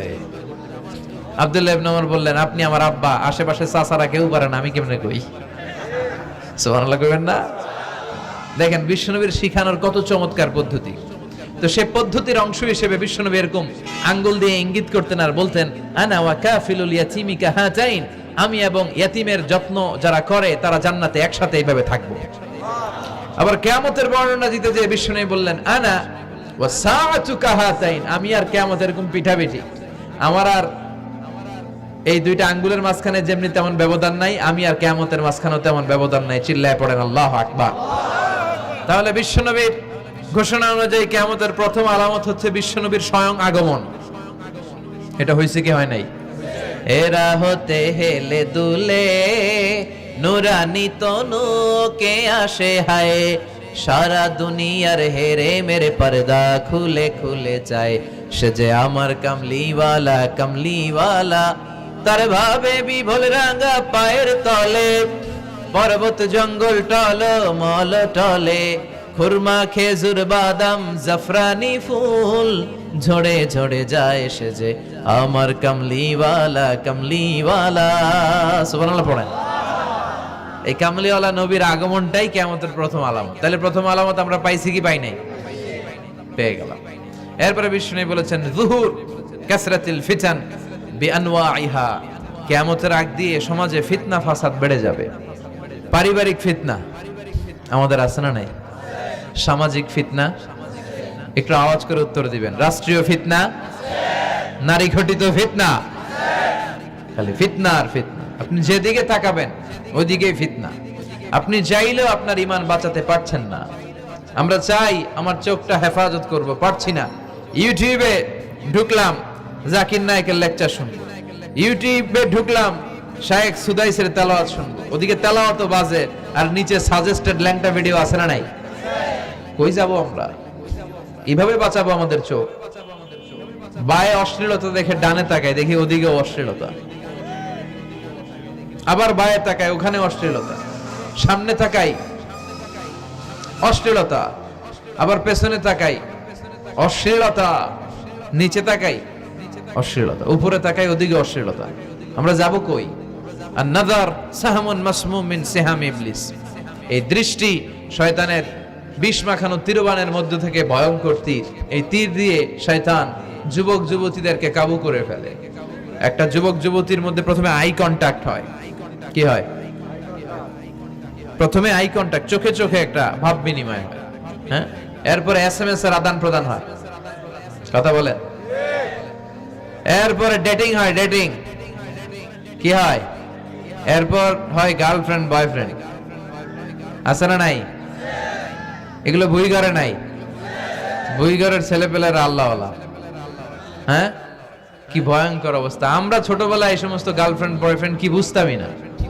এখন ক্লাস 5 থেকে শুরু, ক্লাসে যারা যারা আছে ভাগাভাগি হয়ে যায় কোনটা কার। আছে না নাই? কয় এইটা আমার, মানে আমার ফ্রেন্ড, এটা আমার এই কি ফ্রেন্ড, গার্লফ্রেন্ড, এটা আমার গার্লফ্রেন্ড, তো এটা তোর গার্লফ্রেন্ড। আছে না নাই? আবার এটারে সংক্ষেপ করছে, কয় জিএফ। কি কয়? তোমাদের এগুলা নাই তো? হ্যাঁ আছে? অর্ধেক কয় আছে, অর্ধেক কয় নাই। খুব চালাকেরা। প্রিয় ভাইয়েরা, এগুলো আমাদের সংস্কৃতি নয়।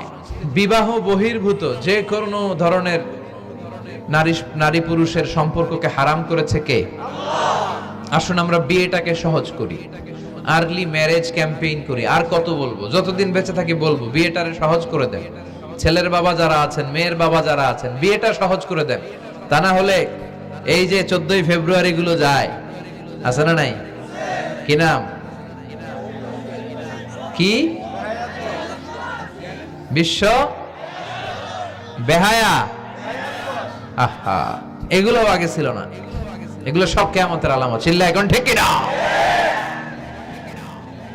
এই দিবসগুলোতে আপনার উঠতি বয়সের তরুণী মেয়ে, আপনার ছেলে যে পাপগুলো করে বিয়ে না করার কারণে, এই পাপগুলোর একটা পার্সেন্টেজ গুনাহ আপনার আমলনামায় আছে না নাই? এজন্য খবরদার, বাবা মা যারা আছেন, ছেলে মেয়েদেরকে সময় মতো বিয়ে করিয়ে দেন। আমাদের দেশে বিয়ে অনেক সময় অনেক দেরি হয়ে যায়, বিশেষ করে ছেলেদের দেরি হয়ে যায়। বলে তুই নিজের পায়ে দাঁড়া। তো এতদিন ও কার পায়ে দাঁড়াইছে? ও তো নিজের পায়ে দাঁড়িয়েছে। একটু সহযোগিতা করেন না আপনি, বিয়েটা সহজ করে দেন। বিয়ের চেয়ে ভালো কাজ পৃথিবীতে নাই। হ্যাঁ, ইয়াং পোলাপানরা অনেক খুশি হয়ে গেছে। হ্যাঁ, বিয়ে করবে তোমরা। বিয়ে বহির্ভূত জিএফ বিএফ এর দরকার আমাদের নাই। চিল্লায় বলেন ঠিক কিনা? ইসলামের ইমেজকে, আমাদের মোরালিটি, আমাদের এথিক্যাল স্ট্যান্ডিং পয়েন্ট যেখানেই নষ্ট হবে, ওগুলোর বিরুদ্ধে আমাদেরকে সোচ্চার হতে হবে। এই নৈতিকতার অবক্ষয় হতে হতে এমন পর্যায়ে ঠেকেছে বাংলাদেশটা এখন জাহান্নামের টুকরা হয়ে গিয়েছে। এখন মেডিকেলের ডাস্টবিনে ছোট্ট ছোট্ট নবজাতক বাচ্চার লাশ পাওয়া যায়। এগুলো সব 14ই ফেব্রুয়ারি পালনের ফসল। এগুলোর সাথে মুসলমানদের কোনো সম্পর্ক থাকতে পারে না। এগুলো ইসলামের সাথে কোনো সম্পর্ক নাই। এগুলো হচ্ছে পাশ্চাত্য থেকে আমদানি করা, পার্শ্ববর্তী দেশ ভারত থেকে আমদানি করা। আমাদেরকে যে ইসলামের সুশীতল বাণী বিশ্বনবী শিখিয়েছেন, আমাদের জানিয়েছেন, দ্যাটস এনাফ ফর আস। এটাই আমাদের জন্য যথেষ্ট। এজন্য এই যুগটা হচ্ছে, বিশ্বনবী বললেন, ফিতনার যুগ।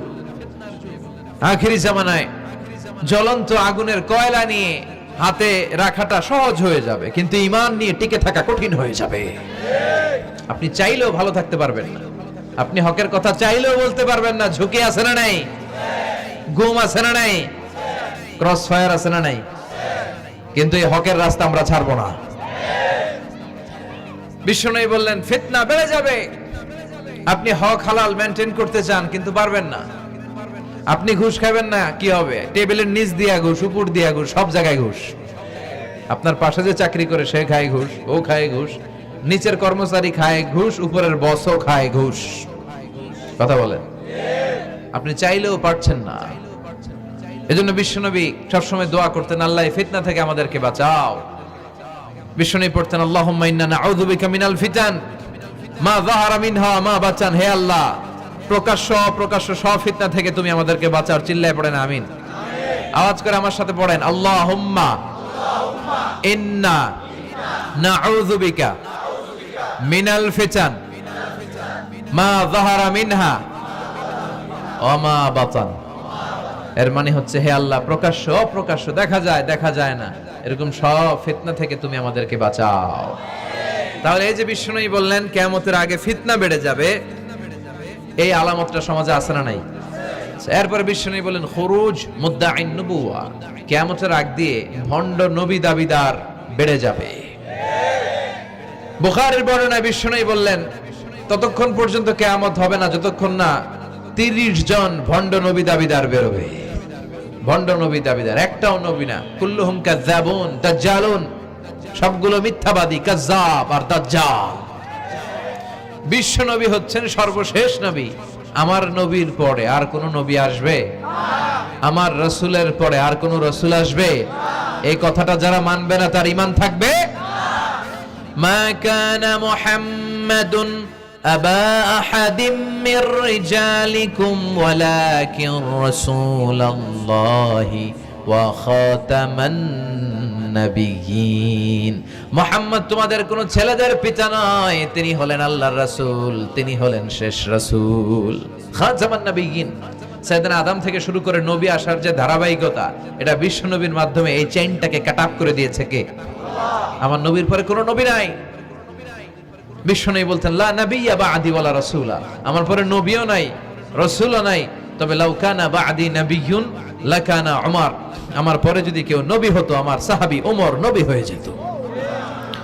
প্রভু তুমি বলেছ রাসূল দেবে না, বলনি দেবে না ওমর, বলনি দেবে না হামজা তারিক, খালিদ বিজয়ী সমর। প্রভু তুমি বলেছ রাসূল দেবে না, বলনি দেবে না ওমর, বলনি দেবে না হামজা তারিক, খালিদ বিজয়ী সমর।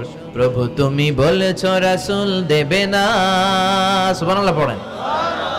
ওমর ফারুক নবী হয়ে যেত, এমন কোয়ালিটি ছিল। আসাদুহুম ফি আমরিল্লাহি উমর, আল্লাহর আইন বাস্তবায়নের ক্ষেত্রে গোটা বিশ্বের মধ্যে সবচেয়ে শক্ত ছিলেন সাইয়েদনা ওমর। আর এই উম্মতের মধ্যে সবচেয়ে নরম দিলের ছিলেন সাইয়েদনা আবু বকর। আরহাম উম্মতি বি উম্মতি আবু বকর। তিনি যখন নামাজে দাঁড়াতেন, সালাতে দাঁড়াতেন, উনি যখন তেলাওয়াত শুরু করতেন, ওনার কান্নার আওয়াজে তেলাওয়াতের আওয়াজ বোঝা যেত। আর আমাদের নামাজে কান্না আসে? হ্যাঁ, নামাজে দাঁড়াইলে সারাদিন যেটা মনে পড়ে না ওটা নামাজে দাঁড়াইলে মনে পড়ে, আছে না নাই? নামাজেও দাঁড়ায়, আবার বিপিএল এ কি হইলো ওই টেনশন আছে না নাই? নামাজও পড়ে, আবার মাশরাফি কি আউট, এখন তো আবার উনি কি এমপি না, মাননীয় এমপি মাশরাফি। এমপি বললে কেমন জানে লাগে, শুধু মাশরাফি বলতে ভালো লাগে, কথা কন। তো উনি কি আউট নাকি ছক্কা, এই টেনশন গুলো আছে না নাই? এই তো আমাদের নামাজ। এই নামাজগুলো মিজানের পাল্লায় উঠালে কোনো ওজন হবে? কথা বলেন। বিশ্বনবী যখন সালাত পড়তেন, বিশ্বনবীর পা গুলো ফুলে, হাত্তা তাতাওয়াররামু খাদামা, টিউমার যেমনি ফুলে থাকে, বিশ্বনবীর পা গুলো ফুলে যেত। তাহাজ্জুদ পড়তে পড়তে দাঁড়িয়ে থাকতে থাকতে হাত দুইটা প্যারালাইজড হয়ে যেত, আর নাড়াতে পারে না। এরপরে তিনি হাত ছেড়ে দিতেন প্রশান্তির জন্য, এরপরে হাত ছেড়ে দিয়ে কেরাত পড়তেন, আবার যখন ভাল লাগতো আবার ধরতেন। সুবহানাল্লাহ পড়েন। আলী কারামাল্লাহু ওয়াজহার পায়ের ভেতরে এক যুদ্ধে তীর ঢুকে গেল। এই তীর টেনে বের করা যায় না, তীর টান দিলেই উনি চিৎকার মারে, জখম হয়েছে অনেক ভিতরে। বিশ্বনবী বললেন আরিহনা বিসসালা ইয়া বিলাল, আকিমিস সালা, বেলাল আজান দাও, নামাজ শুরু করি। নামাজ শুরুর আগে আরেক সাহাবীরে বললেন, আলী যখন জামাতের কাতারে দাঁড়াবে, তুমি নামাজে না দাঁড়িয়ে আলীর পায়ের সামনে যে ওই পায়ের তীরটা টান দিয়ে বের করবা। সুবহানাল্লাহ পড়েন। একামত হলো, বিশ্বনবী সালাত শুরু করলেন। বিশ্বনবীর কথা অনুযায়ী ওই সাহাবী যে আলী কারামাল্লাহু ওয়াজহার পা থেকে টান দিয়ে তীরটা বের করে নিয়ে আসলেন, ফিনকি দিয়ে রক্ত বের হলো, জায়গাটা রক্তে সয়লাভ, কিন্তু সাইয়েদনা আলী কারামাল্লাহু ওয়াজহা টেরই পায় নাই। সালাত শেষ, উনি দেখেন পায়ের মধ্যে তীর নাই, রক্তের সয়লাভ, যেখানে দাঁড়ালেন ওখানে খালি রক্ত। বিশ্বনবীরে বললেন, ও নবী আমার পায়ের তীর কই? বিশ্বনবী বললেন, আলী রে, আমি জানি তুমি যখন যায় নামাজে নামাজের জন্য দাঁড়িয়ে যাও, দিন দুনিয়ার হুঁশ তোমার থাকে না, তোমার হৃদয়টা এখানে থাকে না, দেহটা এখানে থাকে, হৃদয়টা চলে যায় আল্লাহর আরশের উপরে। সাহাবারা যখন মরুভূমিতে নামাজ পড়তেন, মরুভূমির পাখিগুলো এসে সাহাবাদের মাথার উপরে বসে যেত। পাখিগুলো মনে করতো এগুলো মরুভূমির খেজুর গাছটা হবে। কি হবে? কারণ নড়ে চড়ে না তো, আমাদের মতো এরকম দাড়ি চুলকা না, এরকম জামা ঠিক করে না, দাঁড়াইছে তো দাঁড়াইছেই। সুবহানাল্লাহ পড়েন। তো ইবাদতে এরকম আন্তরিকতা, একাগ্রতার দরকার আছে না নাই? বিশ্বনবীর পরে কোনো নবী হবে না, কিন্তু বিশ্বনবী বললেন কিয়ামতের আগে এরকম অনেক ভণ্ড নবী দাবিদার বের হবে। বিশ্বনবীর সময়কালেই এক ভণ্ড নবী দাবিদার বের হয়েছিল, ওর নাম হচ্ছে মুসাইলামাতুল কাযযাব। এসে বলে, মুহাম্মদ আন-নবুওয়া নিসফুন লাকা ওয়া নিসফুন লি, তুমি একা নবী নও, নবুয়ত অর্ধেক তোমার অর্ধেক আমার, আমারটা আমারে বুঝায় দাও। বিষ্ণু বললেন, তোরে বুঝায় দেব? আনতা লাস্তা মুসাইলামা ফাকাত, আনতা মুসাইলামাতুল কাযযাব, আজ থেকে তুই শুধু মুসাইলামা না, তুই ভণ্ড মুসাইলামা, তুই মিথ্যাবাদী মুসাইলামা।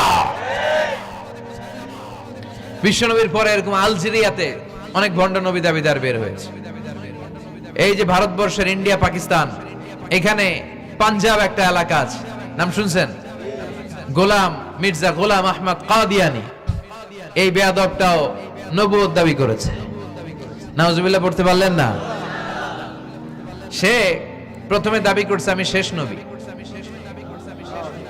এরপরে সে দাবি করছে আমি ইমাম মাহাদি, এরপর সে দাবি করছে আমি ঈসা আল মাসিহ। এই ভণ্ডটার অনুসারী বাংলার জমিনে আছে না নাই? এদেরকে রাষ্ট্রীয়ভাবে কাফের হিসেবে আখ্যা দেওয়ার দরকার আছে না নাই? এত আন্দোলন হয়, এত কথা হয়, কিন্তু সরকারের টনক নড়ে না। এদেরকে রাষ্ট্রীয়ভাবে কাফের হিসেবে ঘোষণা দিতে হবে, সার্কুলার জারি করে চিল্লায় বলেন ঠিক কিনা? এরা মুসলমান নয়। কারণ আপনি শুধু লা ইলাহা মানলেই মুসলমান হতে পারবেন না, মুমিন হতে পারবেন না। বিশ্বনবীর উপর সাক্ষী দেওয়ার দরকার আছে না নাই?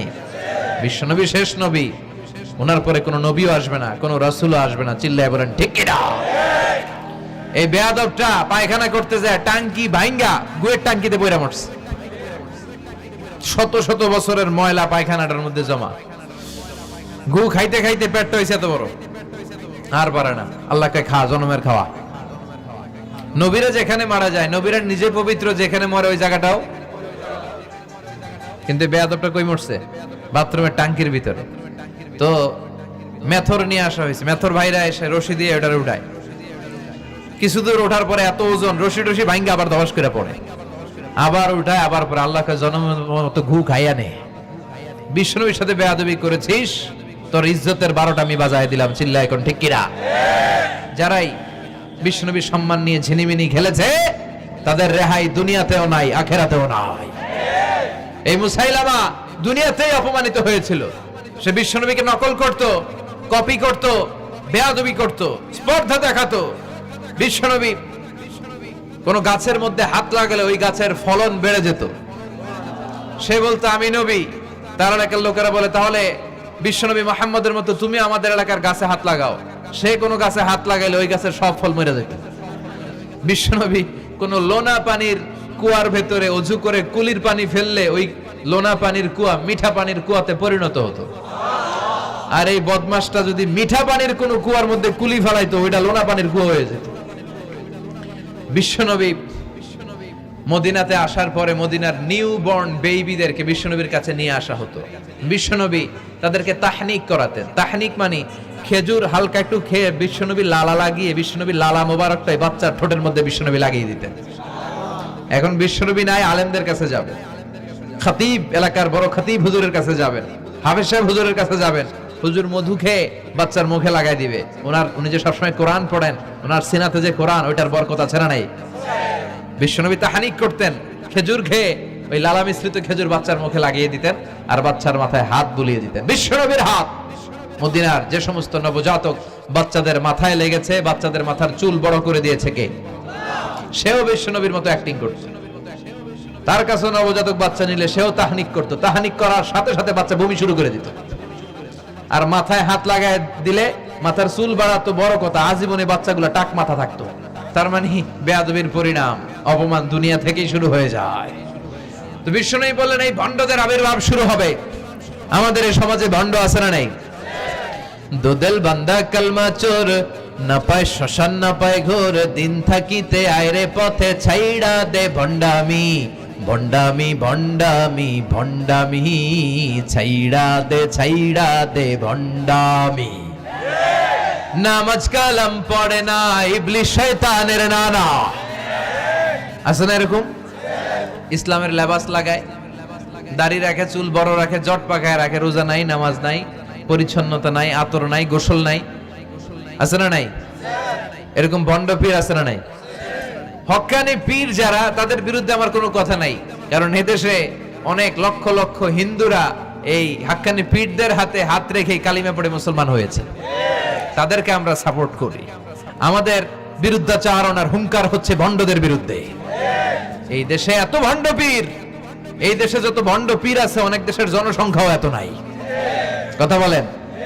অনেক ভণ্ড পীর আছে সারা বছর নাকি গোসল করে না, বছরে করে একবার, ওই গোসলের পানি মুরিদরা খাইয়া সব সাবার। আছে না নাই? এগুলোর সাথে আমাদের কোনো সম্পর্ক। বিশ্বনবী বললেন এরকম ভণ্ডদের আবির্ভাব সমাজে হবে কিয়ামতের আগে। এই আলামতটা সমাজে আছে না নাই? দেখেন বিশ্বনবী যাই বললেন অক্ষরে অক্ষরে মিলে যায়।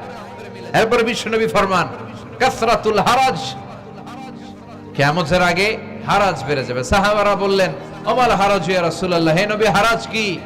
বিষ্ণু বললেন হাদা হুয়াল হারাজ, মারামারি, কোপাকুপি, যুদ্ধ আছে না নাই? আমরা কি যুদ্ধ চাই? যুদ্ধ নয়, আরে যুদ্ধ নয়, নয় আর কোন তাজালা, সেই পৃথিবী আমাদের সকল মানুষের হোক নিরাপদ আবাস, সেই পৃথিবী আমাদের সকল মানুষের হোক নিরাপদ আবাস। We don't want to see any war in the whole world. We don't want to see any war in the whole world. ঠিক কি না? আমরা কোনো যুদ্ধ দেখতে চাই না, মারামারি দেখতে চাই না, অন্যায় হত্যাকাণ্ড বিচার বহির্ভূত কোন হত্যাকাণ্ড আমরা এদেশে দেখতে চাই না। বিষ্ণুই বললেন কিয়ামতের আগে এগুলো বেড়ে যাবে। বিষ্ণুই বললেন যে হত্যা করবে সে জানবে না কেন আমি হত্যা করলাম। এরকম হত্যা দেশে আছে না নাই? উপরের নির্দেশ, উপরের টেলিফোন, শুট করো, পোশাকি বাহিনী পিস্তল আছে, শুট করে দিল, কিন্তু কেন সে মারলো ওই সৈনিক জানে না। এরকম আছে না নাই? আবার যে নিহত হইল সেও জেনে মরতে পারলো না যে আমি কেন মরলাম। কথা কন। আহা, এই বাংলার বিভিন্ন নদীতে, মাঠে ঘাটে হাত বাঁধা, পা বাঁধা, চোখ বাঁধা, বস্তাবন্দি করা লাশ পাওয়া যায় কি যায় না? এই দুনিয়ায় তারা বিচার পায় নাই, কিন্তু এগুলোর বিচার আছে না নাই? এগুলোর বিচার যদি না থাকতো, the worldly life will be a joke. এই পৃথিবীটা একটা জোকিং হইতো, জোকিং। জোক করার জন্য আল্লাহ পৃথিবী বানায় না। যেগুলোর বিচার এই জমিনে আমরা পাই নাই, সেগুলোর বিচার আখিরাতে হবে। সেদিন হবে আসল বিচার, সেদিন হবে ফাইনাল খেলা। সেদিন হবে কি খেলা? বিশ্বাস হয়? অপেক্ষা আছে না নাই? সবগুলোর বিচার হবে ইনশাআল্লাহ। পড়েন। আপনার জমি মেরে খাইছে, দুনিয়ায় বিচার পান নাই, আহকামুল হাকিমিনের বিচার আছে না নাই? আপনাকে অন্যায় ভাবে আঘাত করেছে, দুনিয়ার বুকে বিচার পান নাই, আখিরাতে বিচার আছে না নাই? বিষ্ণু বললেন এই মারামারিটা বেড়ে যাবে কিয়ামতের আগে। এখন দেখেন খালি মারামারি, কোপাকুপি। 2 টাকার টেম্পু ভাড়া লইয়া একজন একজনের মেরে ফেলাইছে। কয় টাকার? নাউজুবিল্লাহ পড়বেন না? আল্লাহ এই ফিতনা থেকে তুমি আমাদের বাঁচাও। এরপর বিষ্ণু বললেন দিয়াউল আমানা, কিয়ামতের আগ দিয়ে আমানতের খেয়ানত হবে। এটা আমাদের সমাজে আছে না নাই? বিষ্ণু বললেন কিয়ামতের আগ দিয়ে আমানতের খেয়ানত হতে থাকবে। ইদা দুইয়াতিল আমানাতু ফান্তাযিরিস সাআ। সাহাবারা প্রশ্ন ছুড়ে দিলেন, ইয়া রাসূলুল্লাহ মাতা সাআ, কখন কিয়ামত হবে? বিষ্ণু বললেন ইদা দুইয়াতিল আমানা, যখন আমানতের খেয়ানত হবে তখন কিয়ামত হবে। সাহাবীরা আবার প্রশ্ন ছুড়লেন, কাইফা ইদাআতুহা ইয়া রাসূলুল্লাহ, হে নবী আমানতের খেয়ানত কেমন করে হবে? বিষ্ণু বললেন ইদা উসিদাল আমরু ইলা গায়রি আহলিহি ফান্তাযিরিস সাআ, যে লোকটা যেই চেয়ারে বসার যোগ্য নয় তাকে যখন ওই চেয়ারে বসিয়ে দেওয়া হবে তখনই কিয়ামত হয়ে যাবে। এরকম আমানতের খেয়ানত তো ভুইগরে নাই। ধরেন একজনরে আপনারা প্রধান বক্তা হিসেবে দাওয়াত দিলেন, জানে না কোরআন, জানে না হাদিস, জানে না বক্তৃতা। এটা কিয়ামতের আলামত না? এটা আমানতের খেয়ানত না? এই দেশের শিশু বক্তা আছে না নাই? কথা কন। আহা, এদিকে আর কি মানুষ হয়েছে? শিশু বক্তা হইলে 3 গুণ হবে। বিল্ডিং টিল্ডিং ভাঙ্গা, প্যান্ডেল ম্যান্ডেল খুইল্লা, অবস্থা সারা। এত মানুষ, ও যে কি বলে ও নিজেও জানে না, কি যে জানে না ওইটাই জানে না। সবকিছুর একটা বয়স আছে। তোমাকে পড়াশোনা করতে হবে, তোমাকে ডিগ্রি অর্জন করতে হবে, তোমাকে জানতে হবে, তোমাকে বিশ্লেষণ করার, অ্যানালাইসিস করার ক্ষমতা রাখতে হবে। ছোট বাচ্চা যদি মুরব্বির মতো কথা বলে আমরা এটার বেয়াদব বলি। আপনারা বই করে কি বলেন? বেয়াদব। পাশে খতিব সাহেব হুজুর, এখানে হাফেজ সাহেব হুজুর, এখানে ইমাম সাহেব হুজুর, এখানে কামিল মাদ্রাসার প্রিন্সিপাল, এখানে জগৎ বিখ্যাত মুহাদ্দিস, আর সে বেয়াদবের মতো পায়ের উপর পা তুলে আঙ্গুল নাড়িয়ে নাড়িয়ে কথা বলে। এটা কিয়ামতের আলামত। এগুলো বন্ধ করেন, এগুলোর সাথে ইসলামের সম্পর্ক নাই। যারা কোরআনের কথা জানে, যারা আলেম, তাদেরকে দাওয়াত করেন, জ্ঞান গর্ভ আলোচনা করবে, আপনার জীবনকে উজালা করে দিবে কে? কিন্তু লোক জড়ো করার জন্য এগুলো করে। আহা, তাফসীর মাহফিলের ভিতরে এই শো অফ, খালি লোক দেখানো মানসিকতা। কে আসলে বেশি লোক হবে এরা দাওয়াত করে। মাহফিল হইলে এরা লাগবে, ওরে লাগবে, এরা লাগবে। আমগো অবস্থা হালুয়া টাইট। 15,000 দাওয়াত ইনভাইটেশনের মধ্য থেকে 90টা প্রোগ্রাম রেখেছে এই বছর। 15,000। এটা কিয়ামতের আলামত না? সুবহানাল্লাহ কয়। আর এটা কিয়ামতের আলামত। কেন আমারে লাগবে কেন? আপনার এলাকায় মুহাদ্দিস নাই, আপনার এলাকায় মুফাসসির নাই, মিজানুর রহমান আজহারীকে লাগবে কেন? মিজানুর রহমান আজহারী যেখানে সুযোগ হবে 2-4 জায়গায় প্রোগ্রাম করবে। এখন তো ইউটিউবে সব দেখা যায় যে এত চ্যানেল, অনেক মাহফিলে এত শ্রোতাও নাই।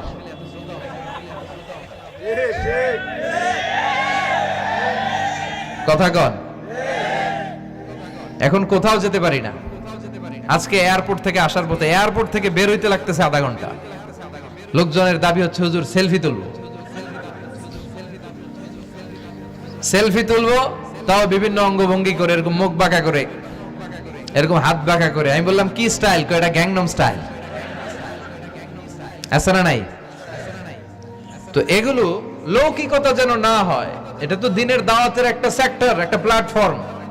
এখানে ভুইগড়ের যিনি সবচেয়ে বড় খতিব সাহেব হুজুর, উনি আসলেই চলবে, বড় আলেম উনি আসলেই চলবে, পাবনা জেলার বড় আলেম পাবনায় কথা বলবে, আর অন্যান্য জেলার যদি সুযোগ হয়। কিন্তু এমন ভাবে এটারে আমরা একটা আক্রমণাত্মক জায়গায় নিয়েছি। একটা ডেটের জন্য মানুষ সিআইপি ভিআইপি দিয়ে ট্রাই করে, এটা ঠিক না। এই টেন্ডেন্সি থেকে আমরা যেন বেরিয়ে আসি। আমরা, আমাদের দরকার ইখলাস। কি দরকার? ইখলাসের বড় অভাব। আবার মাহফিলে গেলে আমাদেরকে অনেক ক্রাইটেরিয়া দেয়, বলে হুজুর আপনার কিন্তু আজকে কাঁপাইতে হবে। আমি আসছি কোরআন থেকে কথা বলতে, এখানে কাঁপাকাঁপি হলে তো ভূমিকম্প হয়ে যাবে। কথা বলেন। আবার বলে হুজুর আপনার কিন্তু আজকে জমাই দিয়া যাইতে হবে। কি করতে হবে? জমাইতে হবে। তো এগুলোর সাথে ইখলাসের কোনো সম্পর্ক আছে? আবার বলে হুজুর কেউ যেন না ওঠে, আপনার কিন্তু ধরে রাখতে হবে, মানে আমনে করে সবাইরে ধরে রাখতে হবে, পাও ধরে থাকেন। এগুলোর সাথে হেদায়েতের কোনো সম্পর্ক। এজন্যই তো সমাজে হেদায়েত নাই। মাহফিলের পরে মাহফিল হয়, ফজরের নামাজটা ঠিকমতো হয় না। হেদায়েত শূন্য, হেদায়েত নাই, ইখলাস নাই। কি উদ্দেশ্যে শুনতেছি এটা যেন খেয়াল করে আমল করতে পারে, এই টেন্ডেন্সিটা নাই। আসুন আমরা একটু থামি। স্টপ, থামেন, অনেক হয়েছে। আন্না ইসলাম কি বলে, কি শিখাতে চায়, কি বুঝাতে চায়, ওইটা বোঝার চেষ্টা করেন, ওইভাবে মানার চেষ্টা করেন। কে কি বললো দেখার দরকার নাই, এত লোক জড়ো হওয়ার দরকার নাই। আজকে যদি চ্যানেল একটাও না থাকতো, 10 জন বসে যদি আমার কথা শুনতো, কোনো সমস্যা আছে? কথা বলেন। এজন্য হেদায়েতটা সবচেয়ে বেশি জরুরি, ইখলাসটা জরুরি। আল্লাহর প্রতি ভয়, আস্থা, ভালোবাসা, এটা বেশি জরুরি। আল্লাহ তুমি ইখলাস দিয়ে আমাদের হৃদয়টাকে পূর্ণ করো। তাহলে এই যে যেই লোক যে চেয়ারে বসার যোগ্য না, ওই লোক যদি ওই চেয়ারে বসে, কিয়ামতের আলামত আছে না নাই? চেয়ারম্যান হওয়ার যোগ্যতা যদি না থাকে, যদি চেয়ারম্যান হয়ে যায়, নেতা হবে তারা যারা মানুষকে খেদমত করবেন। খেদমত করার জন্য 1.5 কোটি টাকা খরচ করে চেয়ারম্যান ইলেকশন করে, 5 কোটি টাকা। এগুলো কেন? এই ট্রেডিশন দেশে আসলো কেন? উনি টাকা খরচ করবে কেন? ওনার চা খাওয়ানো আর সিগারেট খাওয়ানো লাগবে কেন? উনি তো আমাদের খাদেম হওয়ার জন্য আসছে। উনি জনপ্রতিনিধি হয়ে দাঁড়াবে, যাকে আপনারা পছন্দ করবেন ভোট দিবেন না। হাজার হাজার কোটি টাকা, শোডাউন, শো অফ আছে না নাই? কিয়ামতের আলামত। মসজিদের সভাপতির সাথে মসজিদের কোনো সম্পর্ক নাই, আছে না নাই? সব সভাপতিকে আমি এক পাল্লায় মেপে দিচ্ছি না, বেশিরভাগের এই অবস্থা। ভালো 2-1 জন আছে, আমি জেনারেলাইজ করছি না। সভাপতি তো হবেন তিনি যার সাথে মসজিদের দরদ বেশি, মায়া বেশি, মসজিদে যায় বেশি, ঠিক কি না?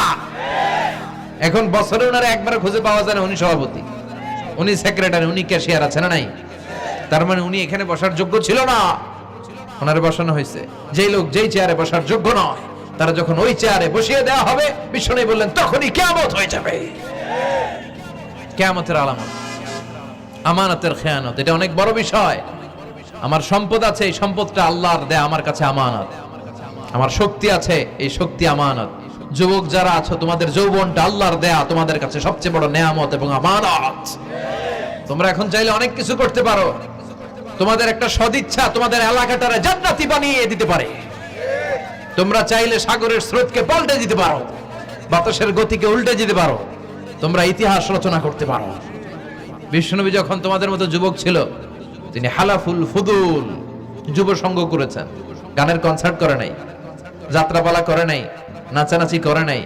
উনি হাতে হাত রেখে বলেছেন মক্কার বুকে কোনো টেন্ডারবাজি থাকবে না, মক্কার জমিনে কোনো চাঁদাবাজি থাকবে না, ধর্ষণ থাকবে না, মক্কার জমিনে কোনো দুর্নীতি চলবে না। যুবকদেরকে নিয়ে উনি এই কাজগুলো করেছেন। এখন একটার পর একটা আমানত আমরা খেয়ানত করে চলি। আমার সম্পদ আমার আমানত, আমার ছেলে মেয়ে আমার আমানত। আমার ছেলে কার সাথে মিশে, ও ডিশের কোন চ্যানেল দেখে, ওই ইউটিউবে কোন সাইট ব্রাউজ করে এটার ব্যাপারে কিয়ামতের দিন আমার জিজ্ঞেস করবে কে? কারণ এটা আমানত। যিনি চেয়ারম্যান পুরো ইউনিয়ন পরিষদ তার কাঁধে আমানত। যিনি এমপি ওনার এলাকায় কি ঘটে না ঘটে এটা খোঁজ খবর নেওয়া তার আমানত। মেম্বার অফ দ্য পার্লামেন্ট যিনি আছেন এই এলাকার, তার এলাকায় যদি ইয়াবার আড্ডা বসে, গাঞ্জার আসর বসে, এটার দায়ভার তিনি এড়াতে পারেন না। তার এলাকায় ধর্ষণ হলে এটার দায়ভার তিনি এড়াতে পারেন না। এটা তো আমানত। যিনি মন্ত্রী পুরো মন্ত্রণালয় এটা তার কাঁধে আমানত। যিনি মাননীয় প্রধানমন্ত্রী আমার 56,000 বর্গ মাইলের প্রতিটা ইঞ্চি মাটি তার হাতে আমানত। এটা অনেক বড় বিষয়। আর মুমিনের বৈশিষ্ট্য হচ্ছে ওয়াল্লাযীনা হুম লিআমানাতিহিম ওয়া আহদিহিম রাউন। যারা বিশ্বাসী তারা কথা দিয়ে কথা রাখে আর আমানতের খেয়ানত করে। এজন্য আমানত পূর্ণ করতে রাজি আছেন? যেখানেই আমানত নষ্ট হবে সেখানেই কিয়ামতের ভয় আছে না নাই? দেখেন বিশ্বনবী কত চমৎকার করে দার্শনিকের মতো বলে গেলেন, যাই বলে গেলেন তার পুরোটাই সমাজের সাথে মিলে যায়। আমরা যেন আমানতের খেয়ানতকারী না হই, আমরা যেন আমানতকে সংরক্ষণ করতে পারি। আল্লাহ তুমি তৌফিক দাও। এরপর বিশ্বনবী বললেন আত-তাতাউল ফিল বুনিয়ান, কিয়ামতের আগে বড় বড় টাওয়ার বানানোর প্রতিযোগিতা শুরু হয়ে যাবে। আছে না নাই? আজকে নারায়ণগঞ্জে ঢুকে, এটা যে নারায়ণগঞ্জ এটা আমি চিনতেই পারতেছি না। এত সুন্দর হাইওয়ে, এত বিল্ডিং, বিশাল বিশাল টাওয়ার, আগে ছিল এগুলো? কথা বলেন।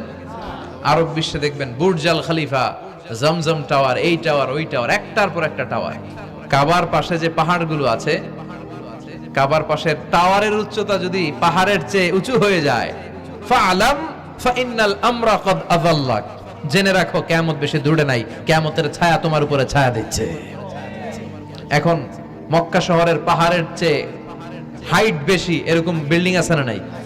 কাবা ঘরের পাশেই তো একটা আছে জমজম টাওয়ার, 120 তলা উঁচু। দি মক্কা রয়্যাল ক্লক টাওয়ার 120 তলা, বিশাল বড় ঘড়ি লাগানো। এগুলো সব কিয়ামতের আলামত। ওর 5 তলা, আমার লাগবে 10 তলা। ওর 2টা গাড়ি আছে, আমার লাগবে 4টা গাড়ি। ও তাহাজ্জুদ পরে আমারও যে পড়তে হবে ওই টেনশন নাই। ওর মেয়ে হেজাব পরে আমার মেয়েটারও হেজাব পড়াবো ওই চিন্তা নাই। ওর ছেলে নামাজে যায়, আমার গাঞ্জা খট্টারও নামাজি বানাবে এই টেনশন করে না। খালি সম্পদ কেমনে বাড়াবে, দুনিয়াবি চিন্তা। এই পৃথিবীটা একটা ধোঁকা।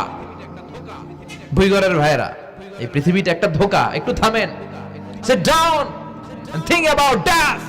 মৃত্যু সম্পর্কে ভাবেন। The most certain thing in our life is death. আমাদের জীবনের সবচেয়ে সুনির্দিষ্ট নিশ্চিত বিষয়টা হচ্ছে মরণ। মরা লাগবেই, চলে যেতে হবে, ঠিক কিনা? কিন্তু এই দুনিয়ার মায়াজালে আটকে পড়ে আমরা আখিরাতকে, মৃত্যুকে বেমালুম ভুলতে বসেছি। বিশ্বনবী বললেন কিয়ামতের আগে মানুষের এই টেন্ডেন্সি হবে, মানুষ বড় বড় ইয়াতাতাওয়ালুনা ফিল বুনিয়ান, people will start to compete constructing high rises building in the cities. সমাজে বড় বড় টাওয়ার বানানো শুরু করে দেবে। এটা আছে না নাই? এরপর বিশ্বনবী বললেন যুহুরুন নিসা আল কাসিয়াত আল আরিয়াত আল মাইলাত আল মুমিলাত, কিয়ামতের আগে পোশাক পরিহিতা নেকেড উলঙ্গ নারীদের সংখ্যা বেড়ে যাবে।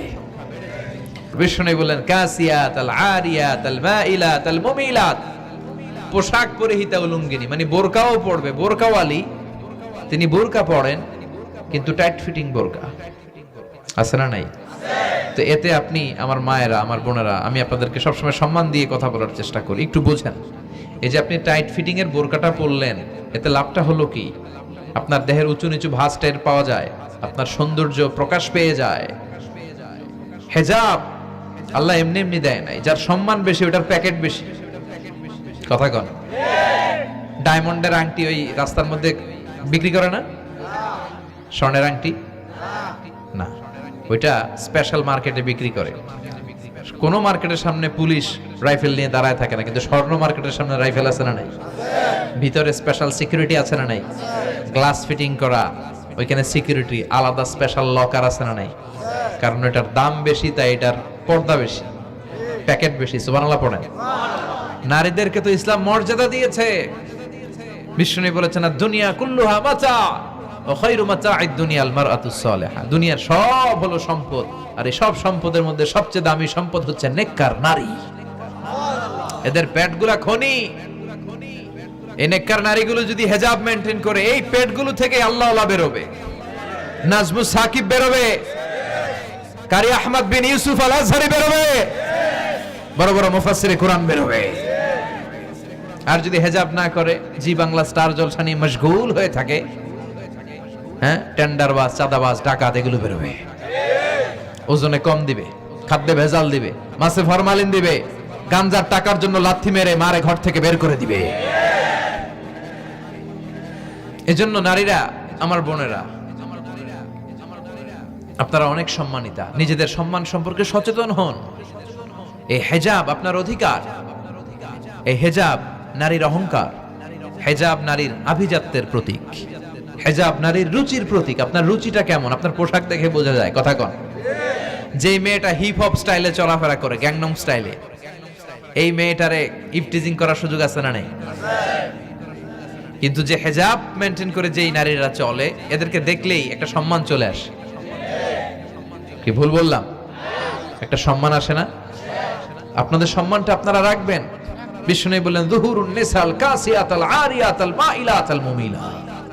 কিয়ামতের আগে পোশাক পরিহিত উলঙ্গিনী নারী বেরোবে। লা ইয়াজিদনা রিহাহা লা ইয়াদখুলনাল জান্নাতা ওয়া লা ইয়াজিদনা রিহাহা। এই নারীগুলো জান্নাতে তো প্রবেশ করবেই না, জান্নাতের ঘ্রাণও নাকে লাগবে না। ওয়া ইন্না রিহাহা তুজাদু মিন মাসিরাতি 500 সানা। আর জান্নাতের ঘ্রাণ 500 বছর দূরের রাস্তা থেকেও টের পাওয়া যায়। খেয়াল করে বুঝেন, এখান থেকে জান্নাতে পৌঁছতে আরো 500 বছরের রাস্তা। কয় বছরের? এত দূরে থাকতেই জান্নাতের সুবাতাস এসে আপনার নাকে ধাক্কা লাগবে। সুবহানাল্লাহ পড়বেন না? এই নারীগুলো জান্নাতে যাবে না, জান্নাতের ঘ্রাণও পাবে না। এজন্য বাবা যারা এসেছেন, সচেতন হন। আপনার মেয়ে চাইলেই যে কোনো ড্রেস আপনি তাকে কিনে দিতে পারেন না। মায়েরা যারা আমার কথা শুনছেন, আপনার মেয়ে আবদার করবে, সে তো ছোট, সে কি বুঝে। কিন্তু দেখবেন অনেক বিয়ের অনুষ্ঠানে আমি দেখেছি, মায়ের বয়স হচ্ছে 60, মায়ের হাত মোজা, পা মোজা, বোরকা লাগাইছে 2টা, পাশে ষোড়শী, অষ্টাদশী, তন্নি, সুন্দরী, সুস্নিগ্ধা এক মেয়ে, বয়স মাত্র 18, ওর বুকে ওন্না নাই, ওটা গলায় শোভা পাচ্ছে। এই 60 বছরের বুড়া মহিলার দিকে কেউ তাকাবে? ওনার তো ডেট এক্সপায়ার্ড, ডেট এক্সপায়ার্ড। ওনার সৌন্দর্য যা ছিল সব শেষ। তার দিকে তাকাবে না, তার উঠতি বয়সের তরুণ মেয়েটার দিকে অনেকে তাকাবে, কারণ এটা জেনেটিক্যাল একটা ইস্যু। একটা পুরুষ একটা নারীর দিকে জেনেটিক্যালি আকৃষ্ট হবে, এটাই স্বাভাবিক, ঠিক কিনা? এজন্য আপনার হাত মোজা, পা মোজা আপনার দরকার ছিল না, আপনি পাতলা কাপড় পরলেও সমস্যা নাই। কথা কন।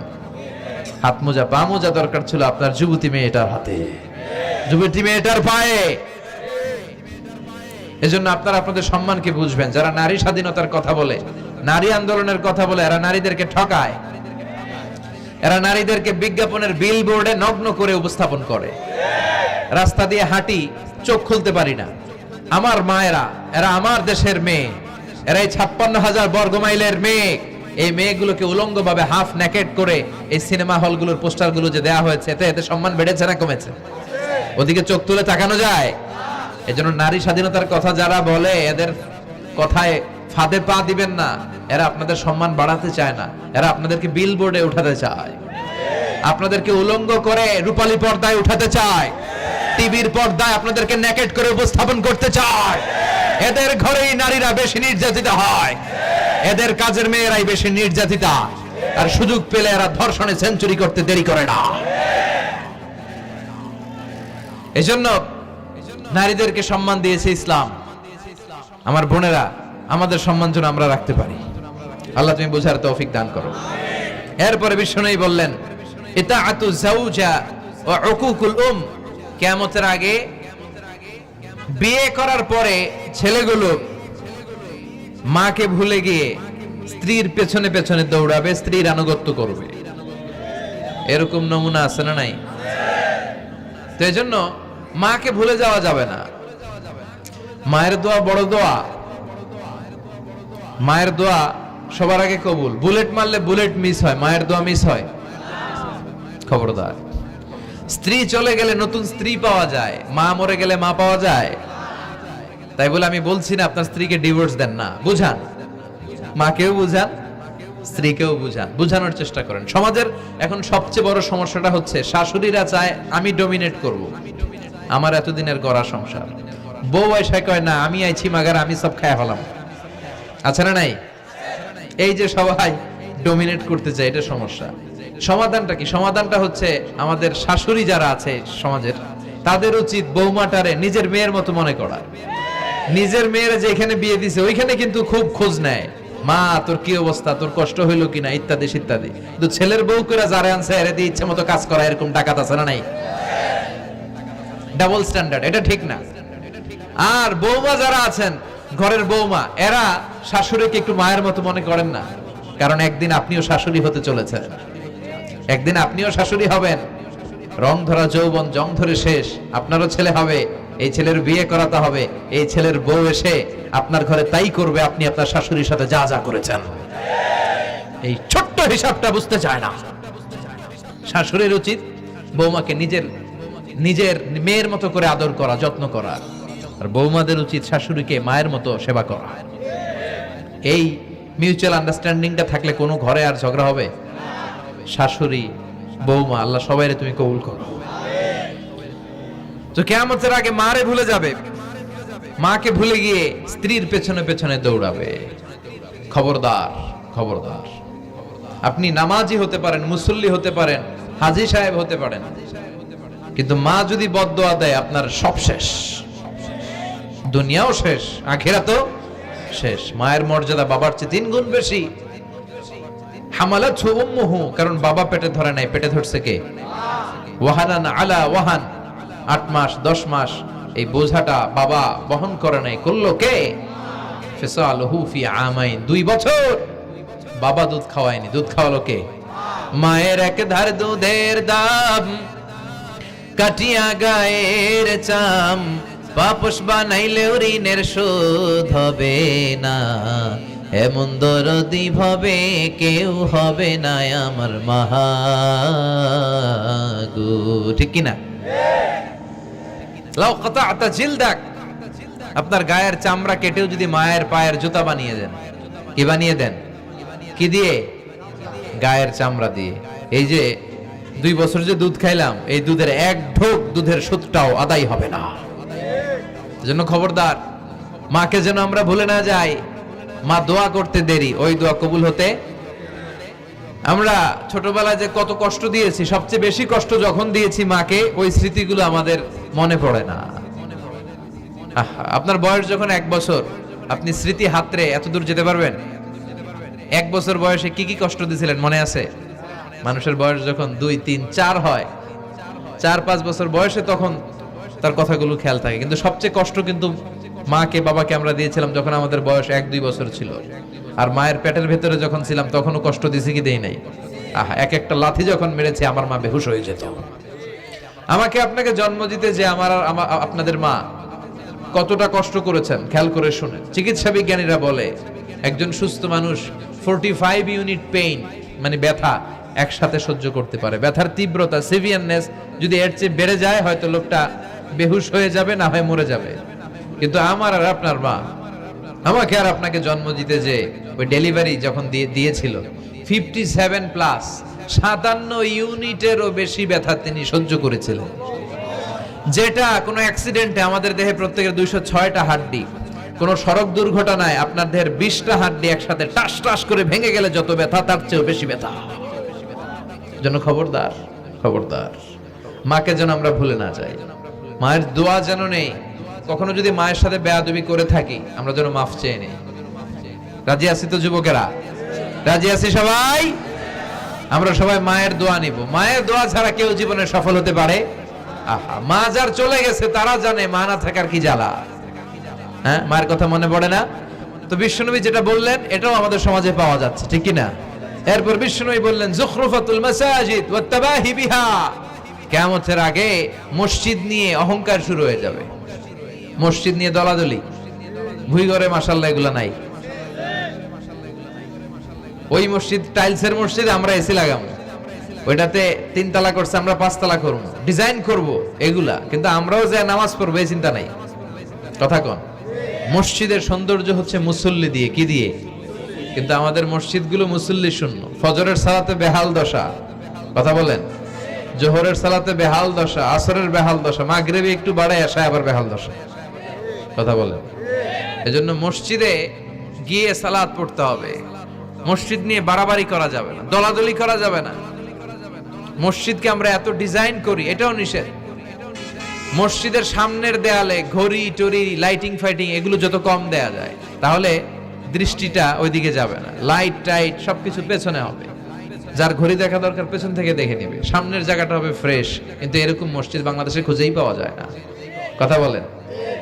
বিশ্বনবীর মসজিদ ছিল, বুখারীর বর্ণনা, ওয়াকানা সাকফুল মসজিদে জারিদুন নাখাল, বিশ্বনবীর মসজিদে নববীর ছাদ ছিল খেজুর পাতা দিয়ে তৈরি, ডালা দিয়ে তৈরি ছাদ। আর মসজিদে নববীর ফ্লোর ছিল বালুর ফ্লোর, বৃষ্টি হলে কাদামাটি হয়ে যেত। বিশ্বনবীর সাহাবীরা বর্ণনা করেন, রাআইতু রাসূলুল্লাহি সাল্লাল্লাহু আলাইহি ওয়াসাল্লাম ইয়াসজুদু ফিল মাই ওয়াত তিন, কাদামাটির উপরে বিশ্বনবী সিজদা দিচ্ছেন, নামাজ পড়ছেন। সালাম ফিরিয়ে বিশ্বনবী যখন সাহাবীদের দিকে মুখ ফিরিয়ে বসে তাসবিহ পড়তেন, সাহাবারা বর্ণনা করেন, রাআইতু আসারা তিনি ফি জাবহাতিহি, বিশ্বনবীর কপাল মোবারকে আমরা কাদা আর মাটি দেখতে পেয়েছি। আর আমাদের মসজিদে খালি টাইলস। তোরা ঢাকায় টাইলস, আমরা উজবেকিস্তান থেকে টাইলস নিয়ে আসো, আছে না নাই? এজন্য মসজিদ দিয়ে যেন আমরা দলাদলি না করি, মসজিদটার যেন হেদায়েতের মার্কাজ বানায়। রাজি আছেন তো? বাচ্চাদেরকে মসজিদে যেতে দিবেন, আমি সব জায়গায় বলি। অনেক মুরব্বীরা আছে বাচ্চাদেরকে মসজিদে ঢুকতে দিতে চায় না, আছে না নাই? বাচ্চা ঢুকাইলে রেগে যায়। রেগে যান কেন? ওর বয়স হতো আপনি মসজিদের দিকে আসার খান নাই, মসজিদের দিকে উল্টায় পরে আসারও তো খান নাই। ও আসতে যাচ্ছে, আসতে দেন। বাচ্চারা মসজিদে আওয়াজ করবে, এতে কোনো সমস্যা নাই, বাচ্চারাই তো আওয়াজ করবে, আপনি করবেন? বাচ্চারা লাফালাফি করলে ভাল লাগে, 80 বছরের বুড়া মানুষ লাফ দিলে ভাল লাগবে? কথা কন, বিশ্রী দেখা যাবে। বাচ্চারা এরকম লাফালাফি করবে। তুরস্কের বিভিন্ন মসজিদের দেয়ালে ফেস্টুনে ব্যানারে লেখা থাকে, নামাজ চলা অবস্থায়, জামাত চলা অবস্থায় যদি পিছনে বাচ্চাদের আওয়াজ চিল্লাফাল্লা শুনতে পাওয়া না যায়, তাহলে ভবিষ্যৎ প্রজন্ম নিয়ে তোমাদের চিন্তায় থাকা উচিত। পিছনে বাচ্চাদের আওয়াজ নাই, তার মানে আমার নাতিপুতি, আমার ছেলেমেয়েরা তো নামাজি হচ্ছে না। আর তারাবি নামাজ পড়তেছে, পিছনে চিল্লায় ফাটায় ফেলাইতেছে, তার মানে ইনশাল্লাহ ভবিষ্যতে নাতিপুতিরা সবগুলা মুসল্লি হবে।